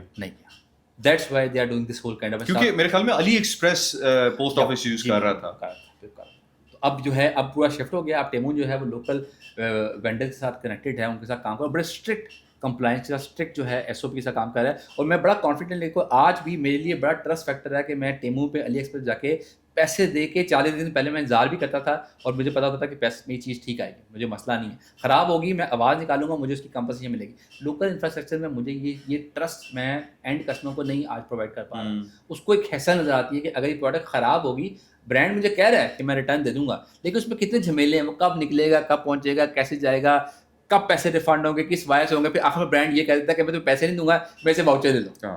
This is not the right way. Replace करवा if somebody is not interested, तो आप उसको कैसे बाउंड कर सकते हैं कि आप में से वाउचर लेके निकालें? तो ये तमाम मसले मसाइल का हल से भी है, और हम इस पे विलिंग है। अब मैंने जो आपको पहले एग्जाम्पल बताया ना कि पोस्ट पेड वो प्रीपेड वाले में मेरे लिए सिर्फ प्रीपेड का सिर्फ कंसर्न ये है कि जब मैं प्रीपेड पे करूँगा तो जो ब्रांड है क्या वो मुझे टाइम पे करेगा। मुझे सिर्फ ये फैक्टर मुझे हिट करता है, otherwise I am totally okay. आप बिल्कुल करें, आप पैसा खत्म कर दें, क्योंकि मेरा राइडर जो पैसा लेके जाता है उससे जो स्नैचिंग होती है आप तो एक्सेप्ट ही नहीं करते। हम let's do it this way, लेकिन उस चीज़ को करने के लिए हमें इन तमाम प्रोसेस को एक सेंट्रलाइज बॉडी में करना होगा। अब हम बाहर इंटरनेशनल डिलीवरीज भी करते हैं। अब बाहर डिलीवरी जो होती है उसमें बड़ा आसान होता है, charge back, very straight process. आप बैंक को कॉल करते हैं, हम कहते हैं जी मैंने इस ब्रांड से चीज़ मंगवाई थी, ये कमिटमेंट थी, ये डॉक्यूमेंट था, इसने नहीं किया, मुझे चार्ज बैक करें। बैंक फौरी तौर पर चार्ज बैक कर दें। अब इंटरनेशनल मार्केट में तो लोग बड़े कंसर्न होते हैं, यहाँ पे क्यों वो चीज़ हम अडॉप्ट नहीं करते। यहाँ पे भी बनाए, यहाँ पे मेरे पे आप एलिगेशन लगाएं कि एक ब्रांड से तुमने पैकेट उठाया, अगले 7 दिनों में तुमने डिलीवर करना है, अगर 7 दिन में डिलीवर नहीं करोगे तो आई विल नॉट पे यू, ये पैसा जो है तुम्हारा वापस जाएगा। I am totally okay for this. लेकिन अगर मैं 7 दिन में डिलीवर करता हूँ तो मुझे पैसा मेरे टाइम पे दे दें, और अगर मैं उसमें कोई अच्छी परफॉर्मेंस देता हूँ तो मेरी परफॉर्मेंस की गेज को भी आप कहीं जो आपको बीच में एस्क्रो ऐड करना पड़ेगा। Ultimate solution for the growing perspective. अगर आपने मार्केट का शेयर उठाना, अभी हम 3-4% पे काम करें, अगर 10-12-15% तो हम डिजर्व करते हैं ना ई कॉमर्स को एंजॉय करें, तो Pakistan is a very fertile place. यहाँ ई कॉमर्स में बहुत काम हो सकता है, बहुत सारी अपॉर्चुनिटीज़ लॉजिस्टिक में भी है, बहुत सारी अपॉर्चुनिटी ब्रांड साइड में भी है। लेकिन इंपॉर्टेंट बात यह है कि इसकी कनेक्टिविटी और इसकी जो कम्युनिकेशन है उसको बेहतर करना, और प्लस ये है कि इस बॉडी को किसी सेंट्रलाइज जगह पे अटैच करना बहुत ज़रूरी है, जहाँ पे इस पूरे मॉडल को इकोसिस्टम। दराज इसको कैपिटलाइज क्यों नहीं कर सका? दराज का आई डोंट नो उनका बिजनेस मॉडल क्या है या प्रॉफिटेबल है नहीं है, बट दराज का ओवरऑल एक्सपीरियंस इतना अच्छा नहीं है। सही कह रहे हैं आप। मेरा थोड़ा सा, मैं इसको इसलिए थोड़ा सा कोरिलेट करता हूँ कि मेरा जो जर्नी म्यान में ओरिएंट इलेक्ट्रॉनिक्स के साथ रही, तो ओरिएंट ने अपना एक मार्केट प्लेस बनाया क्लिक मॉल के नाम से। तो मैंने वहाँ पे मार्केट प्लेस की जो डेमोग्राफिक्स है उसको मैंने थोड़ा बहुत डिटेल में स्टडी किया कि मार्केट प्लेस का कॉन्सेप्ट है क्या। तो मुझे उसमें ये लगा, जो वो खैर दराज के मुकाबले में तो खैर बहुत छोटा एक सब सेक्शन समझ सकते हैं मार्केट प्लेस का, लेकिन आइडिया मुझे ड्राइव हुआ जो मार्केट प्लेस ना वो कभी भी प्रॉफिटेबल बिजनेस नहीं बन सकता। रीज़न बिहाइंड वजह ये है कि फॉर एग्जांपल, क्योंकि मार्केट प्लेस में ना 2 तरह के मॉडल होते हैं।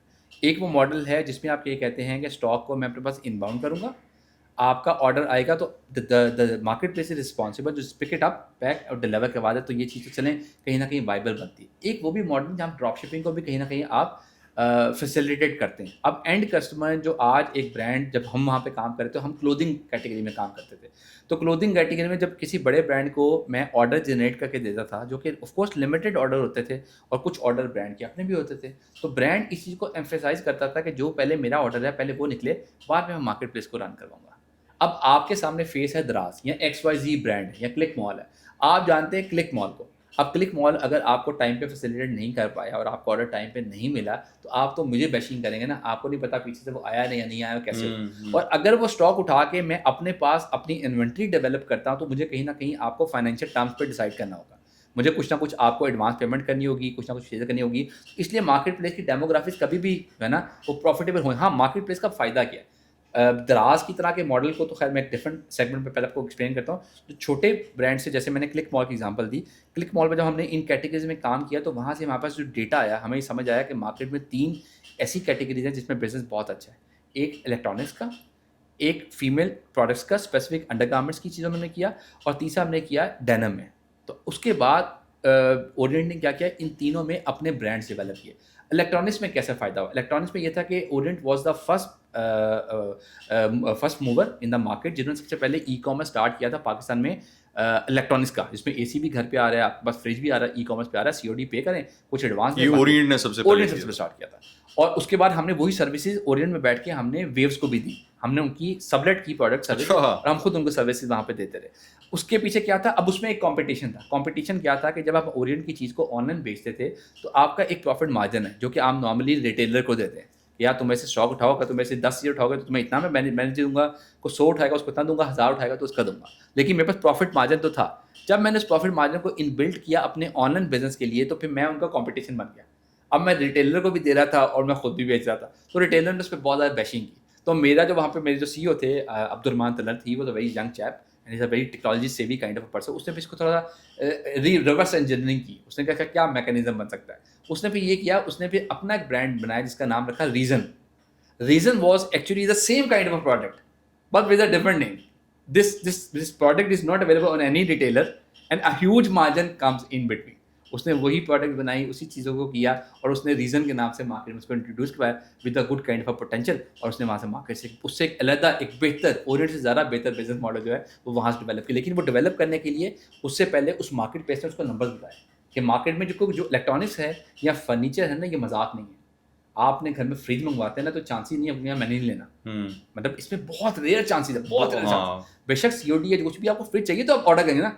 कपड़े आप दिन में 50,000 करते हैं, फ्रिज आप 50,000 नहीं कर सकते। आप एक सीरियस बायर हैं, आपके क्वांटम काम में आपके नंबर ऑर्डर कम, लेकिन फिक्स 100% गारंटीड है कि कस्टमर ने ऑर्डर कर लिया है, ये पार्सल जाएगा। इसमें जो मार्जिन है आप इजीली इंजॉय कर सकते हैं और जो रिटेलर पे आपने मार्जिन है ना, वो बचा के आपको अच्छा खासा मार्जिन निकल आता है। तो वो वाला काम उन्होंने वहाँ से डेवलप किया और उस पर काम किया। फिर अंडरगारमेंट्स में बहुत काम किया। अंडरगारमेंट्स की रीच बहुत ज़्यादा है मार्केट में, बहुत ज़्यादा है। कोई बड़े ब्रांड IFG काम कर रहा था, एक दो और ब्रांड्स काम कर रहे थे, कोई रिनाउंड एक स्पेसिफिक जगह नहीं थी। उस पर उसने काम किया, चाइना से इंपोर्ट किया, सामान मंगवाया, उसमें कॉस्ट के मार्जिन बहुत अच्छे थे, उस पर उसने काम किया, उसका उसने गर्ल लाइन के नाम से एक ब्रांड बनाया और वो काम स्टार्ट कर दिया। तो मार्केट प्लेस आपको डेटा वैल्यूएशन में बहुत अच्छा आपको सपोर्ट करता है, लेकिन जो बैकएंड पे जो वर्किंग है, आपकी कस्टमर अलाइनमेंट, आपके ब्रांड अलाइनमेंट, फिर लॉजिस्टिक कंपनी का भी इंटरेस्ट नहीं होता। लॉजिस्टिक कंपनी कहती है कि मैं जब मार्केट प्लेस का सामान उठाता हूँ या उठाती हूँ, तो मैं क्या होता है कि मैं 50 जगह जाऊँगा और मैंने 50 जगह से 1000 पैकेट उठाने, तो मेरे लिए बेहतर ऑप्शन मैं 2 जगह जाऊँ, वहाँ से मैं 1000 पैकेट उठा लूँ। तो मेरा भी इंटरेस्ट नहीं है, मेरा भी बिल्कुल इंटरेस्ट नहीं है मार्केट प्लेस का काम करने। क्यों? क्योंकि मार्केट प्लेस का मार्जिन भी कम है, वो as a drop shipping model पे काम कर रहा है। अब उसी मार्जिन पे उसने मुझे भी देना है और खुद भी कमाना है। जबकि ब्रांड ने जो करना है, ब्रांड के पास मार्जिन थिन नजर है, वो मुझे बेहतर पैकेट पैसे दे देगा। तो मैं भी कम पैसों की वजह से मैं शायद नंबर की गेम में जाऊं, तो मैं दराज का पैकेट उठाने में बहुत ज़्यादा खुश होऊंगा, मैं टीमों को उठाने में बहुत खुश होऊंगा। अदरवाइज प्रॉफिटेबिलिटी वहां पे बस नहीं है। मैं नंबर शो करेंगे, मैं मार्केट में एक पोस्ट तो लगा सकता हूँ इस महीने ट्रैक्स ने top of the line numbers पे काम किया, लेकिन जो प्रॉफिटेबिलिटी है वो भी बड़ी ज़्यादा कंप्रोमाइज होगी। तो ये वजह जिसके बाद दराज या कोई भी ऐसा मार्केट प्लेस होगा, उसकी मतलब वो वाला सीक्वेंस कभी नहीं बचता जहाँ प्रॉफिटेबल हो सके और उसमें कर सके। अदर देन कि वो बहुत बड़ी इन्वेस्टमेंट करे, अपना स्टॉक इनबाउंड करे और चीज़ों को प्लान करे, तो फिर अच्छे मार्जिन पे काम किया। लेकिन वहाँ पे जो कमाते थे दराज में, एक सेगमेंट वो भी है जो कि कमा रहा है। वो कौन सा मार्जिन है? जो कि उनका B2B का। B2B में उनकी अर्निंग बहुत अच्छी, जिसकी वजह से वो अपनी बाकी चीज़ों को कहीं ना कहीं सपोर्ट करें। B2B में क्या करते हैं, जैसे इनकी 11-11 की कैंपेन चलती है, 10-10 की चलती है, कपड़ों या इन कैटेगरीज में वो बहुत ज़्यादा कमाते नहीं है, इसमें कोई मार्जिन नहीं है, लेकिन इसमें भी कहीं वो एड ऑन करते हैं। ज़्यादा होता है इलेक्ट्रॉनिक और अप्लायंसेज में। यहाँ पे वो क्या करते हैं, क्योंकि उनका ट्रैफिक बहुत अच्छी है, उतनी ट्रैफिक पाकिस्तान में किसी के पास नहीं है, वो ट्रैफिक को ड्राइव कर सकते हैं, उनके पास ये कैपेबिलिटी है। वो क्या करते हैं, वो हमारे पास जैसे ओरिएंट में आते हैं, तो वो कहते हैं सर आप हमारे लिए ना 50,000 यूनिट साइड पे करें। 50,000 unit is a huge amount, huge numbers. अब उन 50,000 की जब मैं कैलकुलेशन करता हूँ, मैं कहता हूँ यार मैं खुद बेचूंगा तो मेरा जो है वो कितना एफर्ट लगेगी, कितनी इन्वेस्टमेंट लगेगी, वहाँ मैं करता हूँ, मेरा मार्जिन तो कम हो गया है, लेकिन इसमें से कम से कम मेरा जो है ना वो 95-96% तो कन्फर्म है, ये जितनी कमिटमेंट करेंगे इतना निकाल देंगे। 4% का मुझे गैप यार मुझे फर्क नहीं पड़ेगा। तो मैं वहाँ पे इंटरेस्ट लेके उनको दे भी देता हूँ, मैं उनको मार्जिन भी देता हूँ। अब वो जो है, जो सामान उन्होंने उठाया है, वो B2C पे नहीं बेचेंगे, वो आपसे उठाएंगे। फॉर एग्जाम्पल आपकी चीज़ है 100 रुपये की, ठीक है, आपका मार्केट का जो मार्जिन था 40 रुपीज़, वो मेरे पास आएगा, वो कहेगा सर मैं आपको सारे पैकेट उठाऊंगा, सारा सामान उठाऊंगा, सारा आपका जो बैकलॉग पड़ा हो सारा मैं निकालूंगा, आप मुझे कितने का देंगे? वो मेरे से 60 का नहीं लेगा, वो मेरे से लेगा 50 का या 55 का। वो 5 रुपये उसके बच रहे हैं। अब वो 5 रुपये जो बच गए हैं, तो वो B2C पे तो इतना नहीं कमा सके ना, वो तो बड़ा डिपेंडेंट है, एक ऑर्डर 1 बाय 1 करना, वो हैसल है, वो ये नहीं करेगा। वो फिर मार्केट में बड़ा ढूंढेगा, रिटेलर बड़ा ग्रुप ढूंढेगा, उसको कहेगा ये पैकेट तुम्हें और XYZ कंपनी से कितने का मिलता है, वो कहता है इतने का मिलता है, वो कहता है मैं 2 रुपये ऊपर रखूंगा, मेरे से ले लो, वो सारा स्टॉक उठा के इकट्ठा उसके वाले का।